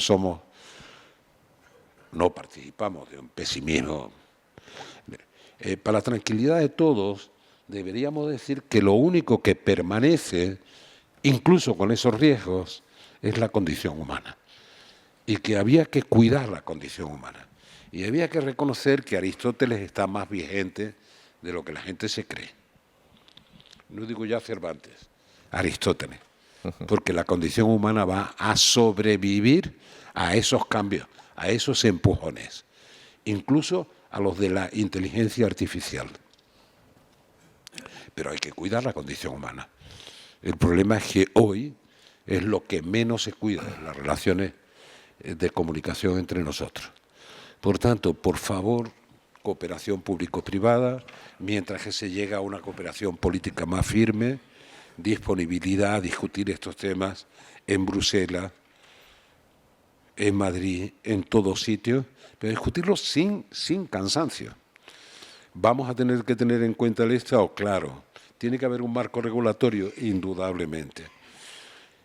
Si fuera el mínimo, el más claro y el más previsible, todos estaríamos de acuerdo con Cervantes aconsejando, como aconsejaban Don Quijote, pragmática a Sancho. Pragmáticas pocas y que se cumplan. Mucho mejor que muchas y que no se cumplan. Es mejor que haya pocas y que se cumplan. Ahora vamos haciendo una acumulación enorme de normativa, no con la voluntad de cumplirla, sino de quedar bien. Muchas gracias. Voy a elaborar un poquito así para construir sobre la pregunta que hemos hecho antes, ¿no? Que era, bueno, ¿qué tiene que hacer Europa, ¿no?, para mantener esta competitividad de la industria europea? Y hemos hablado del equilibrio entre el mercado y la intervención pública. Otra parte de la pregunta, por si nos puede elaborar en la respuesta, sería, bueno, ¿qué papel? Ya que estamos hablando de hay que concretar, o sea, es difícil, tenemos que hacer un debate estratégico sobre qué tenemos que hablar. ¿Qué papel tiene que desarrollar Europa en sus capacidades para poder llegar donde tiene que llegar? O sea, si tenemos este debate estratégico, esta hoja de ruta, ¿sobre qué deberíamos estar hablando para asegurarnos que se mantiene la competitividad de la industria europea, que tenemos este equilibrio que apuntaba el presidente hace un momento entre el mercado y la intervención pública? Presidente Aznar. Bueno, vamos a ver, por ir acotando. En el caso de la Unión Europea, depende de lo que se quiere hacer, como en todo, ¿no? Pero vamos a ver, ¿qué quieren? ¿Cuál sería el sueño de los rusos en relación con la Unión Europea? Pues el sueño de los rusos sería deshacer la Unión Europea. Ese sería su sueño. Sí, lo ha sido siempre, ¿no? Y terminar Europa o tener bajo dominio media Europa. Hay que pensar lo que sería Europa. O sea, tenemos problema de guerra en Europa, pero hay que pensar lo que sería Europa hoy sin Unión Europea y sin extensión de la OTAN.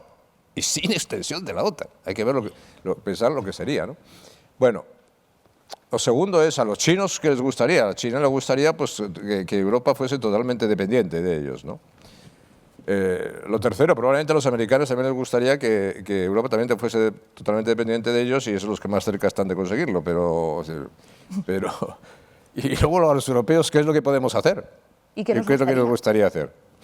Entonces yo digo lo siguiente, teniendo en cuenta lo que es el diseño global de ese mundo que podemos diseñar, yo creo que la irrupción norteamericana en la política del mundo durante el siglo XX ha sido tan determinante y es todavía tan duradera que tenemos que reflexionar enormemente en eso, ¿no? El mundo internacionalmente cambia cuando los Estados Unidos, por cierto, empiezan a costa de España, que nos quitan lo que teníamos, nos quitan Cuba, Puerto Rico y Filipinas, que esa fue la primera manifestación de que los Estados Unidos dicen, oiga, nosotros hemos tomado la decisión, ¿ok? Pero claro, me dice, ¿por qué se acaba la Primera Guerra Mundial? El otro día hablaba con unos amigos, y oye, usted, los alemanes dicen, ¿por qué se acaba la Primera Guerra Mundial? Si a mí no me han derrotado. Yo, ¿por qué me tengo que rendir si no me han derrotado? Si no se ha convertido en Alemania, se ha convertido en otros sitios, pero en Alemania no. ¿Por qué? Bueno, por una muy sencilla razón, porque llegaron los Estados Unidos. Y los alemanes dijeron, yo no puedo estar en guerra contra todo el mundo. Y sobre todo, a estos no les paro, ni sé cómo parar. ¿Cuál fue el error inmenso de Alemania y Japón? Pues desafiar a los Estados Unidos. ¿Cuál puede ser el error de China? Desafiar a los Estados Unidos. Si uno lee, por ejemplo, la capacidad de producción y reacción, Estados Unidos en el año 39-40 no podía mandar 25.000 hombres, no podía mandar 25.000 tropas a Europa a ningún lado, porque no las tenía. Era un país prácticamente desarmado, sin ejército, con una armada viejísima y con una aviación prácticamente inexistente. Si uno ve lo que fue capaz de producir entre 1940 y 1945, uno dice, mira usted, ¿cómo se puede detener a esta máquina tan brutal? Capaz de producir 175 aviones diarios de combate. Era imposible. Pero además de eso, ayer surgió una cosa que comentaba el presidente González, que es verdad. Inglaterra, que dominaba los mares, Francia, que dominaba gran parte de la política, Alemania, que intentaba salir de todo eso, se convierten, menos los alemanes, en acreedores, en deudores de los Estados Unidos. Estados Unidos es acreedor y, por lo tanto, financieramente dependen de los Estados Unidos. Ahora es verdad que hay una dependencia probablemente inversa, que los chinos son acreedores. Pero es verdad que la posición de los Estados Unidos es muchísimo más fuerte de lo que era en las dos grandes crisis anteriores. Y yo no digo que se vaya a terminar en esas crisis. ¿Qué hace Europa en ese sentido? Mire, vamos a ver, los europeos hemos hecho una creación formidable con ayuda de los amigos, que ha sido la Unión Europea. Y la Unión Europea hay que preservarla, hay que mejorarla, pero no hay, evidentemente, pocas bromas con lo que significa el mantenimiento de la Unión Europea, porque ha sido básica para la estabilidad y prosperidad de Europa. Eso unido a lo que es la seguridad americana. Simplemente tenemos que darnos cuenta de que esos tiempos han cambiado. Los tiempos en los cuales Europa garantizaba la seguridad, teníamos energía barata y podíamos dedicar nuestros esfuerzos a otras cosas, se han terminado. Y como se han terminado, es porque es lo que tenemos que hacer nuestra reflexión estratégica sobre eso. Entonces, si alguien me dice, Europa, y ayer lo hablábamos un poquito, pero Europa está en condiciones de conseguir lo que se llama una autonomía estratégica para convertirse en un tercer polo. Yo no sé, dentro de 30 años o de 40 años. Estoy seguro que lo veré, pero no estoy seguro que llegaré para verlo o no para no verlo. Quiero decir, pero yo sinceramente, una autonomía estratégica significa que usted es autónomo, o sea, que tiene una potencia demográfica creciente, no decreciente. Significa que usted tiene una potencia económica creciente, no decreciente. Significa que usted tiene una potencia militar creciente, no decreciente. Significa que usted tiene una potencia tecnológica creciente, no decreciente. Entonces yo digo, mire usted, a usted le conviene bastante tener una alianza lo más fuerte que pueda, con la mayor capacidad de influencia que pueda, que es distinto, lo más fuerte que pueda con los Estados Unidos, que sigan siendo el poder determinante. Me dice, ¿cuál es la diferencia entre la reacción europea y la reacción americana a la Inflation Reduction Act? Pues muy sencilla. ¿Cuál es la diferencia entre la política de Trump en ese terreno y la de Biden? Ninguna. ¿Qué hizo Trump? Make America Great Again. Muy bien, perfecto. Lo que algunos dicen MAGA.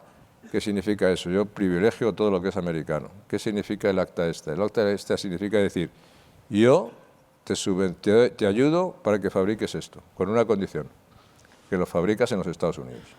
Bien. Y los europeos, ¿qué es lo que hacemos? Yo te ayudo para que fabriques esto. Y no hay condición, lo fabricas en China si quieres. No, oiga, mire usted. Entonces dice, oiga, eso es literalmente así. Y literalmente así, entre otras cosas, porque el país más poderoso de la Unión Europea, y no estoy criticando, estoy describiendo, pero Alemania vive de sus exportaciones a China, hasta ahora, ha vivido.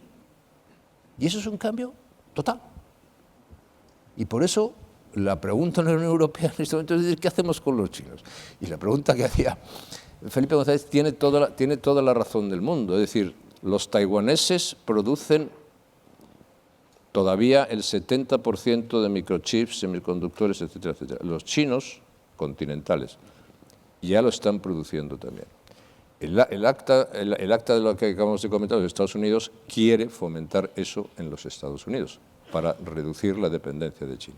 Bueno, pues, y tú dices, bueno, ¿y nosotros qué podemos hacer? Entonces, ese tema estratégico es absolutamente fundamental, al cual inteligentemente un país del tamaño, de las posibilidades, de las capacidades de España, que las tenemos, y muchas, y les hemos sido capaces de utilizarlas muy bien durante mucho tiempo o durante algún tiempo, pues tiene que hacer su reflexión y tomar sus decisiones. Eso es lo que quiero decir. Adelante. Vamos a ver, somos un continente envejecido, o un cachito de continente. Somos la esquina suroccidental de Eurasia. Apenas nada, cachito en el mapa, el resto es Eurasia, ¿verdad? Bueno, ¿por qué se nota que hemos envejecido? Yo tengo lesionada la pierna, pero se me va a pasar. Este no es el problema, ¿no? Yo noté que estaba viejo, lo cuento porque yo creo que revela mucho qué nos pasa. Yo noté que era mayor cuando miraba al suelo para saber dónde tenía que pisar y no lesionarme, ¿no? Tanto bajando como subiendo una escalera, como andando por la calle. Entonces, si vas mirando al suelo y eso se hace cada vez más agudo, pues no ves el horizonte, ¿verdad? Ves dónde pisas. Y perder de vista el horizonte es un problema de capacidad de innovar, de juventud. Yo todavía no he llegado a eso, pero te veo bien. Pero, conste que te veo bien. Tú no vas a llegar, tú con lo que te entrena no vas a llegar. Tú vas a ir directamente de la tableta al cajón. No, yo no. Ay. Yo voy a pasar... ¿Quién hablaba de la envidia ayer por la noche? ¿Alguien hablaba? Yo voy a pasar por todas las fases de deterioro, que ahora se te estropea la pierna, que no sé. Pero bueno, en todo caso, de verdad, Europa tiene miedo al futuro.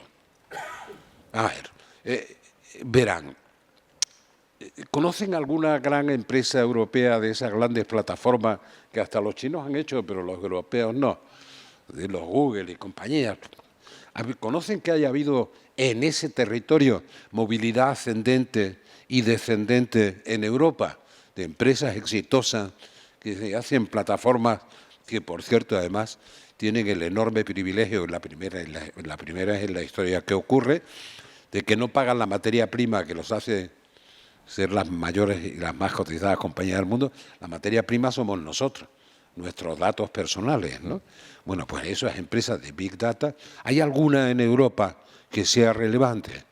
¿Alguna vez saldremos de Europa de esta competición entre los campeones nacionales, que naturalmente a nivel internacional son pequeñitos, ¿no? Para ponernos de acuerdo a nivel europeo, a ver si tenemos algún monstruo internacional que compita con esos Microsoft, Google y compañía. Todavía no. Por tanto, tenemos la mirada corta. Estamos como sociedad envejeciendo de verdad, no solo envejeciendo demográficamente, que me parece que es una evidencia, estamos envejeciendo desde el punto de vista de nuestra visión de futuro. Nos quedamos enganchados en un eurocentrismo que ya no es. Nos visitarán cada vez más como si fuéramos Walt Disney, pero de la buena comida y de los buenos museos y de la buena cultura, etcétera. Pero la capacidad de enfrentar nuevos desafíos, la capacidad de innovar y de competir no está en el ADN de la Europa que estamos viviendo hoy.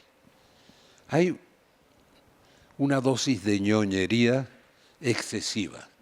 Es como si todos quisiéramos vivir en un gran parque natural y encontrar a alguien extraterrestre que nos lo financie. Eso sí existe, ¿no? Aquí, si hay una tierra rara que aparece en un sitio y dice, no, aquí desde luego no se explota, ¿eh? Que la exploten en Bolivia o en Argentina o en China o en lo que sea. Por lo tanto, es verdad que nos falta capacidad de respuesta. Como europeos tenemos que recuperar esa voluntad de respuesta. La edad no la vamos a recuperar, creo yo. Aznar sí, esa la va a mantener hasta el final. Pero los demás nos resignamos a no ver ese horizonte. Por tanto, tenemos un problema europeo serio, pero no de ahora, ese viene de atrás, ahora se está agudizando. Estados Unidos está reaccionando y creo que va a tener una parte de éxito, no todo el éxito que espera, pero va a tener una parte de éxito, haciendo políticas de estímulo. En el caso de Biden, políticas de estímulo, digamos, más ordenadas que las de Trump, para entenderlo, ¿no? Con mucha más... Más ordenado que Trump no es eso. Bueno, más ordenado que Trump no es muy difícil serlo, tampoco. ¿Cómo se puede ver? No, hombre. Pero espero que no vuelvan a ocurrir estas crisis bancarias por descuidos en la regulación, porque esto ha sido, decir, bueno, ya pasó lo malo, ahora vamos a ver cómo desregulando este mercado funciona bien. Pero bueno, el gran desafío de Europa es ese.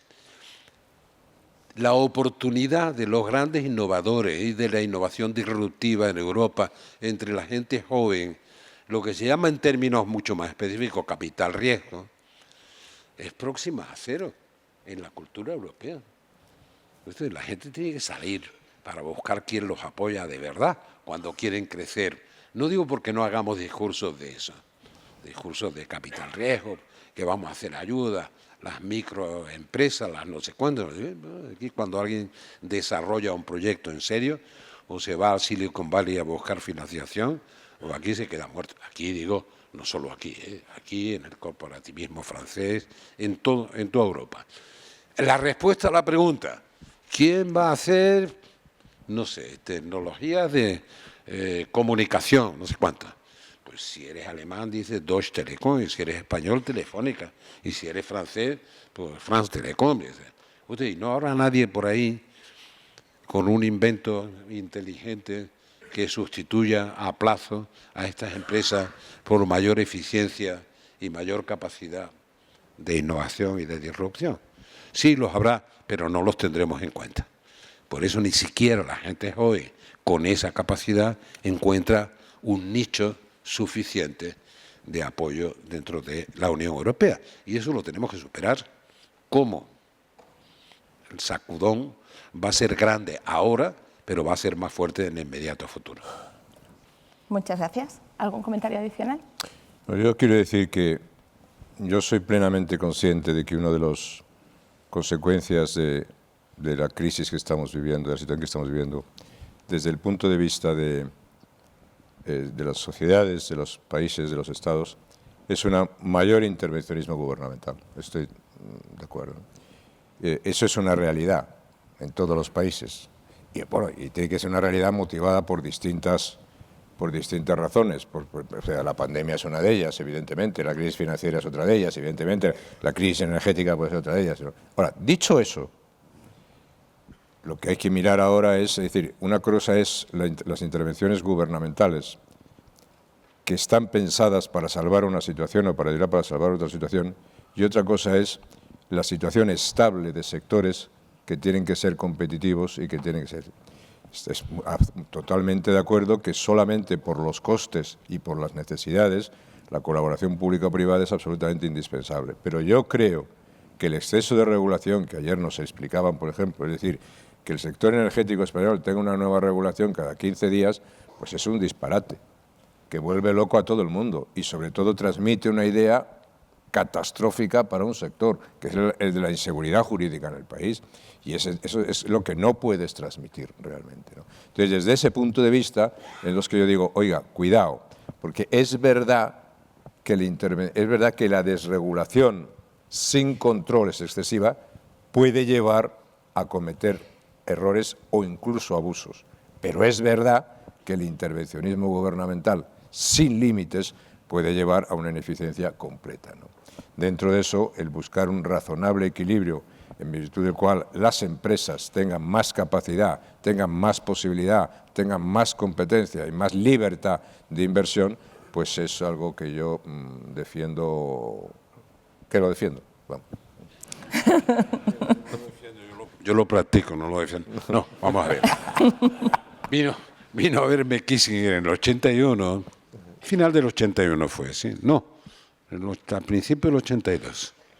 Vino a verme el hombre con estas cosas que hacía, con esas misiones internacionales que hacía, para enterarse de por dónde iba la cosa, preocupado por Mitterrand, preocupado por lo que había pasado con Portugal, preocupado incluso por mi amigo Papandreou, etcétera.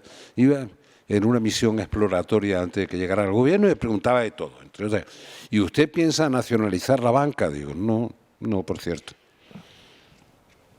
¿Y usted no piensa nacionalizar no sé cuánto y tal? Y yo decía, no lo voy a hacer, voy a reforzar la autonomía del Banco de España. Pero usted dice, pero Mitterrand ha hecho, me decía, pero Mitterrand sí ha hecho. Y al final me decía, dice, pero bueno, usted es socialista. Digo, yo creo que sí, pero usted confunde ser socialista con inevitablemente ser tonto. Y no, créame, no siempre coincide. Hay veces que puede ocurrir esto. Entonces, decía, yo hice lo que caracteriza a un Estado interventor, un Estado que quiere estar excesivamente presente, lo caracteriza sobre todo las nacionalizaciones. incluso las nacionalizaciones de pérdidas que se practicaron tanto tiempo durante el franquismo. Pues nosotros nacionalizamos la red de Alta, por aquí hay algunos de los responsables de eso. Y lo nacionalizamos por una razón, que obviamente no había ningún interés intervencionista detrás, más que algo que era una sana utopía, no una utopía irrealizable, una sana. No era una distopía, que diría la secretaria de Estado de Igualdad, pero era una... Era saludable pensar que naturalmente podíamos llegar a través de la red de Alta a llevar energía eléctrica a cada rincón del país, sin que la concentración humana facilitara determinado tipo de tarifa para el usuario final, dependiendo de que viviera en Madrid, digamos a un coste muy inferior que si se vivía en un pueblo. Era como una especie de previsión de lo que iba a ser la despoblación. Por tanto, yo no hice ninguna nacionalización, cero. ¿Qué hice? Empecé a desnacionalizar todo lo que pude. Entre otras cosas, porque lo que nos dejaron fue un marrón muy grande. Dice usted que usted ha vendido SEAT y ha puesto además 80.000 millones de pesetas de la época, ¿no?, para que se la quedara Volkswagen. Digo, sí, claro, sí, pero además ha puesto dinero. Sí, se la ha regalado. No. Teníamos en velocidad de crucero 60.000 millones de pérdidas cada año. O sea, si tardo en venderla 4 años más, me cuesta mucho más dinero. Cuanto antes la saco. Entre otras cosas, hacíamos alguna broma. No te acuerdas de eso, porque entonces además me odiaba. Le hacíamos algunas bromas. Digo, ¿no será mejor que el Estado haga carreteras y los privados hagan coches para que pasen por las carreteras? ¿Por qué lo tenemos que hacer al revés? Que el Estado haga los coches y los privados las carreteras. Vamos a empezar a ordenar esto de una manera que se entienda mejor, decía. Debo decir que a pesar de las críticas, a mí me entendía todo el mundo. Ahora no me entendéis ninguno porque tampoco yo entiendo lo que están haciendo con la energía. ¿Cómo voy a explicar lo que no entiendo? No, digo, porque el lío energético, de verdad, vamos a ver, el conflicto de la energía es el conflicto más grave de la historia contemporánea de la humanidad. Es decir, el dominio de la energía es el dominio político preferente. Siempre. Y lo seguirá siendo ahora. Por eso es tan sensible el debate que tenemos. Y por eso hay que ser de verdad tan cuidadosos con ese debate. Por tanto, no soy pesimista. Creo que se pueden conseguir más objetivos de los que hoy podemos calcular con los medios disponibles y menos de lo que la fantasía de algunos prometen sin tener fundamentos para prometerlo. Digamos, el equilibrio estaría ahí. Vamos a tener sorpresas tecnológicas que nos van a animar el alma. Hombre, la tecnología, por cierto, es neutra, ¿eh? Son los seres humanos los que hacemos de la tecnología un uso que no es neutral, sino que puede ser pernicioso o beneficioso. Hemos estado hablando ahora y se ha mencionado, ¿no?, que España estaba en una puntita de Euroasia. Entonces, bueno, esto de la excepción ibérica, ¿cómo funciona? Nos salimos de la punta, nos salimos ya. Casi. Bueno, ¿cómo lo ven? ¿Está funcionando como se prevé? ¿Va a ayudar a que España se integre más dentro de una política común energética europea, ahora que nos hemos dado cuenta de que somos excepciones y por tanto algo habrá que hacer? ¿O no? Lo que hará esto es que nos integremos menos porque ya nos hemos dado cuenta de que somos una excepción. Perdón, brevísimamente. Por lo que he entendido, hasta ahora la propuesta es, primero, transitoria. Segundo, algunos de los efectos no previstos se han producido. Pues a los consumidores franceses no les ha venido mal. Estamos haciendo transferencias un poquito raras, ¿no? Deberían ser al revés. Lo han manejado los portugueses, lo han manejado un poquito mejor. Pero bueno, en todo caso, esto va a ser transitorio. Si la excepción ibérica fuera una excepción tan beneficiosa desde el punto de vista de la garantía del suministro, de precios competitivos, de sostenibilidad o no sé qué, la excepción se convertiría en la regla pasado mañana, porque todos los países la harían. Por tanto, por el momento es verdad que somos una isla energética, que hay gente dentro del mercado eléctrico que le ha beneficiado esto, le ha beneficiado en el sentido de que los costes se han contenido, otros no lo han sentido porque no está dirigido a ellos, pero sobre todo lo que digo, se prorroga el plazo de la excepción, el tiempo que sea.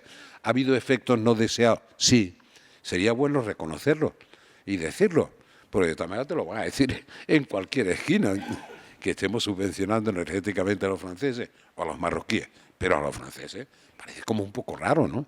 Pero cada vez que, junto a la excepción ibérica, funciona el mercado interior y uno no puede discriminar a un consumidor porque sea francés no aplicándole la misma regla que a nosotros.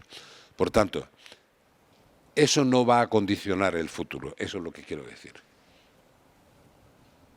No, yo soy, en líneas generales, estoy de acuerdo, pero no soy muy amigo de las políticas de excepciones, ¿no?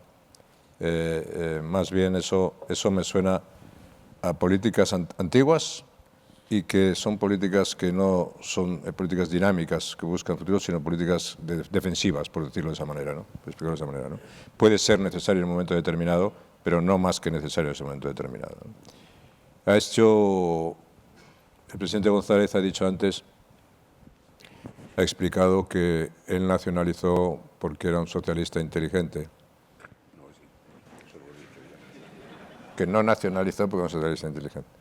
Y es verdad. Sí. Luego tuve que venir yo, que no era socialista, y no, pero a liberalizar todo y la competencia y todo eso. Pero en fin, yo entonces era el poder emergente y él era el poder incumbente.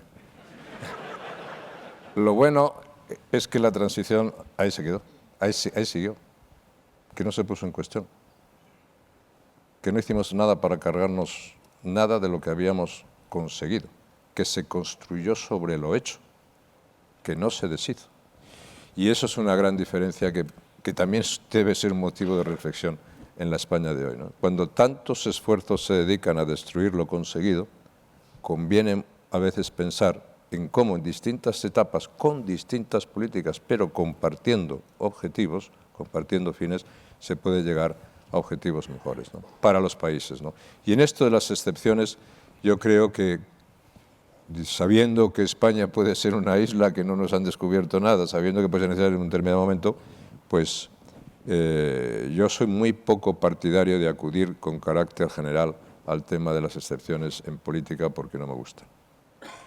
Ahora que hemos hablado de todas las cosas que tenemos que hacer, vamos a hablar un poco de cómo las financiamos, porque hemos estado hablando, ¿no? Y eso es importante, porque hemos dicho que teníamos que ser realistas y teníamos que pensar en qué podemos hacer. Estamos delante de un reto enorme de sostenibilidad que requiere un cambio, una transición energética que hay que gestionar muy bien. Y habéis comentado en vuestras intervenciones que, bueno, no se habla mucho de los costes. Bueno, hablemos de los costes. Tenemos también un reto de seguridad energética en una Europa que es dependiente energéticamente y que, por tanto, esto también hay que hacer algo al respecto. Estamos en un continente, el mundo global en general está envejeciendo, pero Europa en particular envejece con otras presiones, pues sobre las pensiones, por ejemplo, sobre el modelo que vamos a tener. Estamos, además, en un entorno, y esto estoy haciendo un poco de referencia a lo que Paco mencionaba al principio, ¿no? La sostenibilidad, la seguridad y la manera de hacer que todo esto sea asequible para las personas más vulnerables. O sea, los retos son muchísimos. Una sanidad que también hemos visto que requiere potencialmente más inversiones. Entonces, bueno, todo esto, ¿cuál es el plan? O sea, ¿cómo vamos a pagar todo esto a la vez que estamos diciendo pues, que tenemos que defensa? Se me ha olvidado, también la hemos mencionado. Bueno, pero eso es, perdona Nuria, si me permite el presidente Felipe González, eso es cómo se hace una sociedad viable y cómo se hace un Estado eficaz, ¿no? Yo creo, hemos llegado a la conclusión de que efectivamente la colaboración público-privada es lo mejor. Yo ya no voy a gastar mucho tiempo entre si es mejor una cosa, es mejor otra, no. Ni tampoco, evidentemente, en decir, no, mire usted, la sanidad pública, la sanidad privada, tenemos que darnos cuenta de la realidad y no engañar a la gente, ¿no? Tenemos unas grandes transformaciones. Es decir, ¿cómo hacemos una sociedad viable? ¿Cómo hacemos un Estado fuerte y viable? ¿Cómo mantenemos nuestra nación saludablemente? ¿Y cómo transformamos nuestra economía en beneficio de los ciudadanos? Eso es lo que tenemos que discutir. Entonces, ponga ahí todas las cosas que haya que hacer. Oye, ¿cómo podemos financiar la transición energética? ¿Cuánto cuesta? Pues le tendremos que decir cuánto cuesta. Yo todavía no sé cuánto cuesta. A mí nadie me ha dicho todavía, oye, esto cuesta esto. A mí nadie me ha dicho todo cuánto cuesta, porque yo si me dice cuánto cuesta, me dice, oiga, ¿me lo puedo permitir? No me lo puedo permitir, puedo hacer esto. Pero cuando me dicen, oiga, yo no le digo a usted cuánto cuesta la transición energética, pero tiene usted que financiar la transición energética. Tiene que financiar las consecuencias de la transición digital. Tendrá que hacer unas políticas sociales nuevas como consecuencia de la transición energética y de la transición digital. Tiene que financiar las pensiones. Tiene que afrontar el reto demográfico y plantear la sanidad. Cuando se debate en este momento en España sobre la sanidad, yo digo, mire usted, la sanidad después de la pandemia y después de todas estas cosas, por muchas cosas que se han hecho, muchas cosas buenas en España en la sanidad, habrá que reflexionar cómo lo podemos mantener y cómo lo podemos seguir abordando. La educación, ¿cómo podemos realmente mejorar nuestros sistemas educativos en orden a conseguir cosas que en este momento están fracasando desde el punto de vista del nivel o desde el punto de vista de la calidad? Todas esas cosas es lo que debe formar parte del debate político serio en el país, más allá de tonterías, más allá en fin, más allá de tonterías.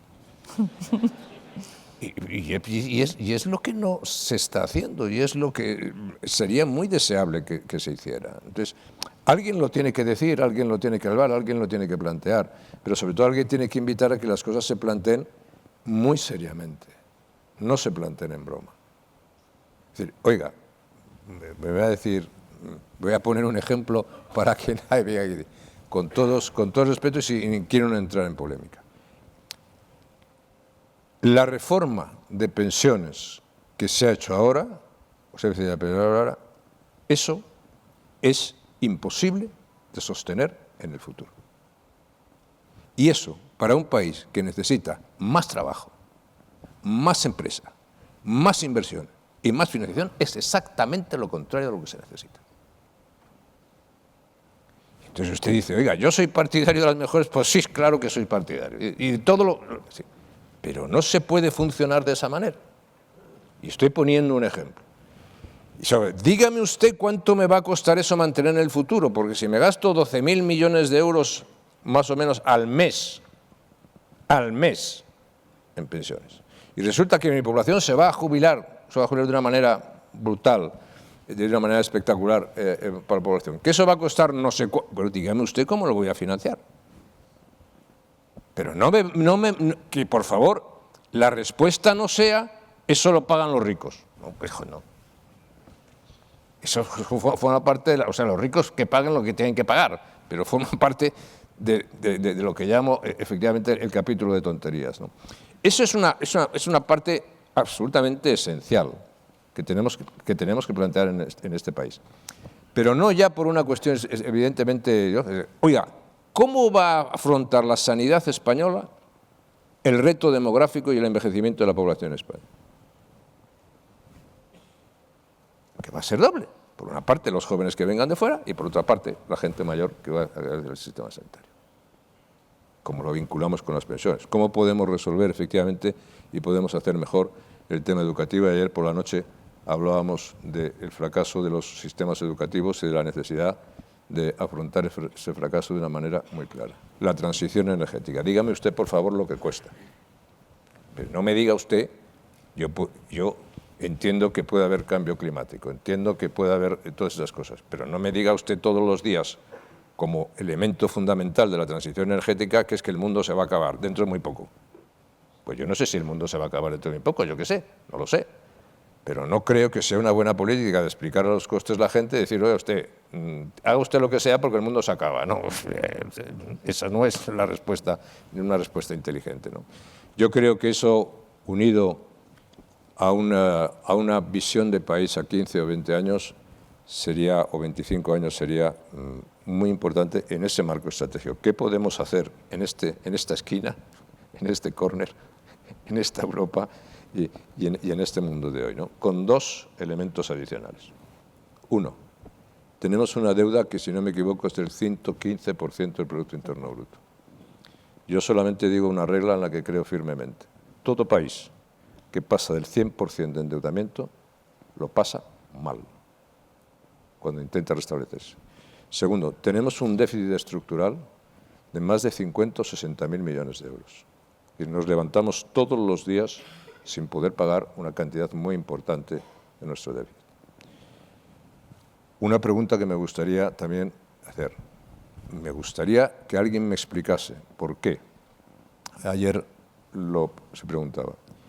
A mí me parece que el que no se deflacten las tarifas del impuesto sobre la renta, me parece como contribuyente, me parece inaceptable. Como gobernante me parece inaceptable también. Pero me parece inaceptable. Pero oiga, todavía si usted me dice, no, es que yo no deflacto la tarifa del impuesto sobre la renta porque estoy ingresando decenas de miles de millones de euros y esas decenas de miles de millones de euros, mire usted, lo voy a dedicar a la reducción del déficit. Que es lo mismo que decir, lo voy a dedicar a la reducción del endeudamiento. ¿Qué es lo que voy a decir? Voy a tener una economía mucho más saludable, mucho más estable, que me va a permitir afrontar todos estos temas con mucha más seguridad. Bueno, me gustaría escuchar algo de eso. Pero si a mí me preguntasen, tú, Nuria, me preguntases hoy, ¿a qué se está dedicando eso? No tengo ni la más remota idea, no lo sé. No sé a qué se está dedicando, ¿no? Y entonces, esas cosas me preocupan porque denota que el país, pues efectivamente, no tiene claro, o sea, no se dan las condiciones para avanzar con claridad en ese terreno, ¿no? Y en esos casos me preocupa mucho, ¿no? Sí, pero en fin, lo que se puede hacer para contribuir a que las cosas se normalicen y se puedan encauzar con una cierta visión de futuro que permita una continuidad importante del progreso del país en marcos políticos estables, me parece que merece la pena el esfuerzo hacerlo. Gracias. Vamos a ver, varios comentarios respecto de los temas concretos. Tenemos un sistema nacional de salud que está bien, está infradotado desde el punto de vista financiero. No puede ser que las transferencias para mantener un sistema nacional de salud como el que se diseñó sean 6,3, 6,2 puntos de PIB. Es verdad que ahí no están comprendidas algunos de los servicios, no hablo de los privados, pero que también se pueden adicionar. Yo creo que no es posible un sistema nacional de salud que funcione, es decir, abruptamente, que nos cueste menos de 10 puntos de Producto Bruto, que funcione. Pero después la pregunta que hacía José María Aznar es correcta. Bueno, anota 10 puntos de Producto Bruto, lo dedicas a eso, pues habrá las concertaciones que se quieran. Tenemos un problema desde el punto de vista de la legislación educativa. Sí, el principal problema que tenemos es que no hay una sola ley de educación que dure. Me conformaría con una más mala que durara una generación por lo menos. De gente que se educara en un mismo sistema educativo durante X tiempo, ¿no? Nunca hemos conseguido ponernos de acuerdo en una ley general de educación. Cada vez que ha habido un cambio de gobierno, ha habido un cambio en las leyes educativas. Esto no estoy discutiendo cuál me gustaría más o menos, no.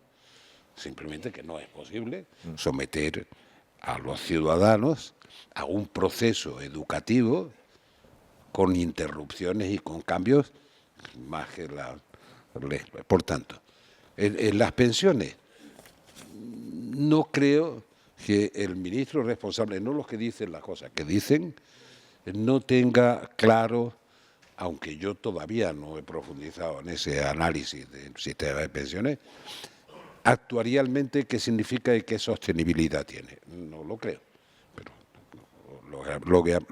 lógicamente cuando lo sepa me pronunciaré. Algunas veces he dicho, hombre, soy libre porque digo lo que pienso y soy responsable porque pienso lo que digo. Entonces, si no, no me contendría estar todo el día diciendo por las barbaridades que se me ocurren. Por tanto, el sistema de pensiones. Hemos avanzado en algunas cosas, en otras se plantean dudas. La generación que se incorpore a partir de del año 35 o ya el año 37 o 38, yo tengo algunas dudas que no están en el escenario del debate más o menos ríspido de la política, ¿no? Yo creo que va a haber una evolución declinante respecto, lamentablemente, respecto al derecho a una pensión completa, porque la gente que hoy tiene 40 años o 45 años ha cotizado mucho menos que la gente que se está jubilando, mucho menos tiempo, tiene menos periodo de cotización, y en los periodos de cotización en función de la población activa y ocupada son decrecientes. Nos hacemos proyecciones a no sé cuánto plazo, pero dentro de las proyecciones no veo este fenómeno que alterará todo. Pero en todo caso, el sistema nacional de pensiones en un país como este nos va a costar no 12, sino 13 o 14 puntos de PIB, como está en Francia. Nos va a costar. Dice, pero es que ya hemos hablado de 10 puntos en sanidad. En educación, ¿de verdad vamos a permitirnos tener algo menos que el 5% o el 6% de financiación del sistema educativo? No hablo ahora de la ley de universidades. No parece, ¿no? Pero digo, lo estoy diciendo a bulto, pero me estoy aproximando a realidades que se nos van a poner en las chepas y se nos van a imponer. Entonces, si yo voy sumando de esto, digo, bueno, de nuestro presupuesto y de nuestro PIB necesitamos para estas partidas esto. Y todavía no hemos hablado de cualquier política activa, ni por supuesto de defensa, ni de funcionamiento ordinario de las administraciones públicas, etcétera. Pero sí nos hemos puesto ya en 30 puntos de PIB como mínimo, en 3 capítulos de eso.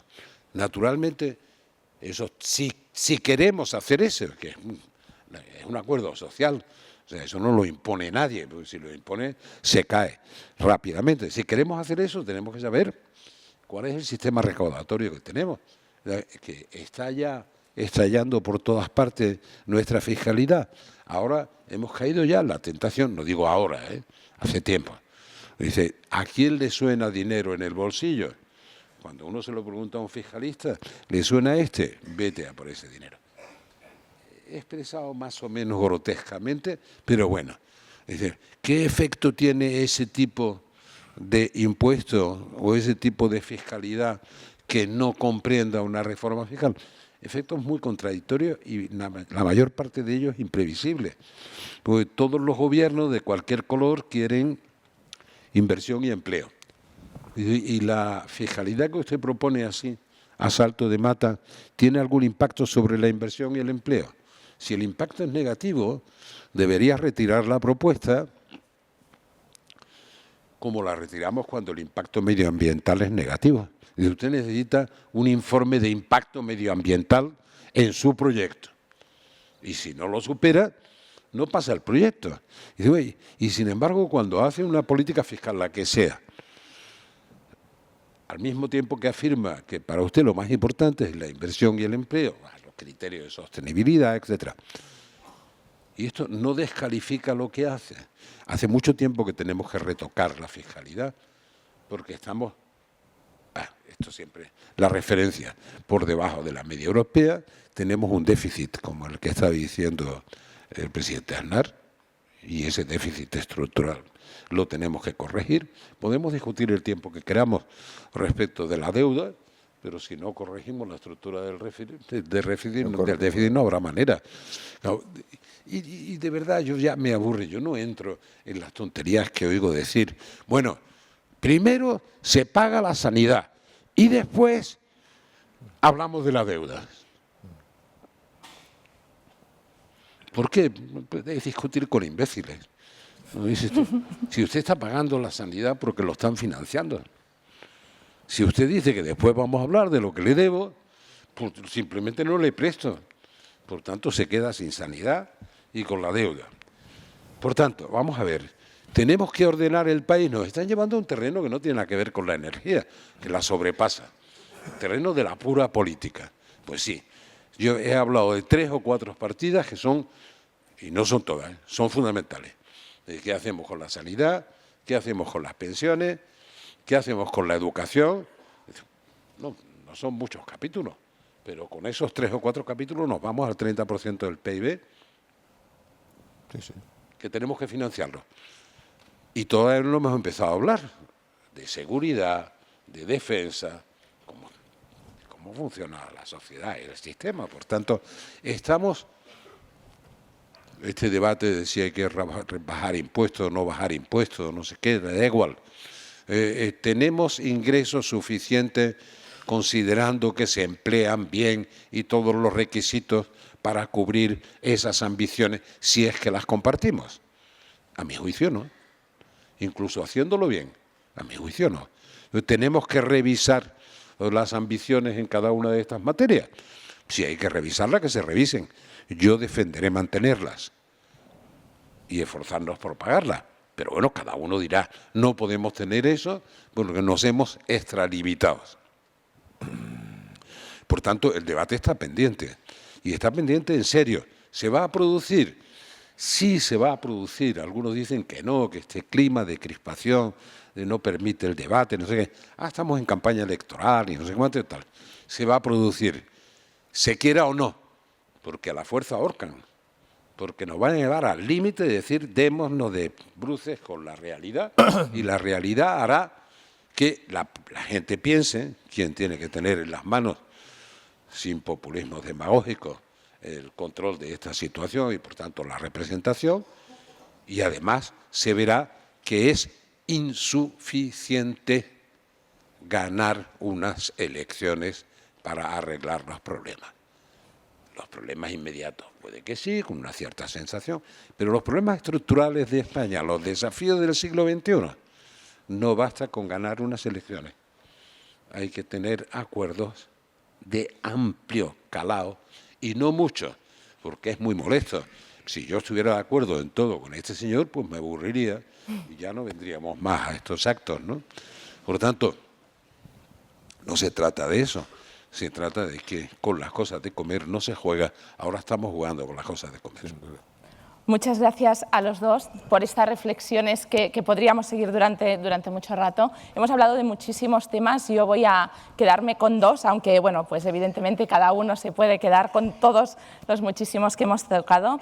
Por mí, uno de ellos sería que cuando estamos hablando de energía es importante buscar el equilibrio entre el mercado y la regulación y fomentar una colaboración público-privada estable, en un marco estable.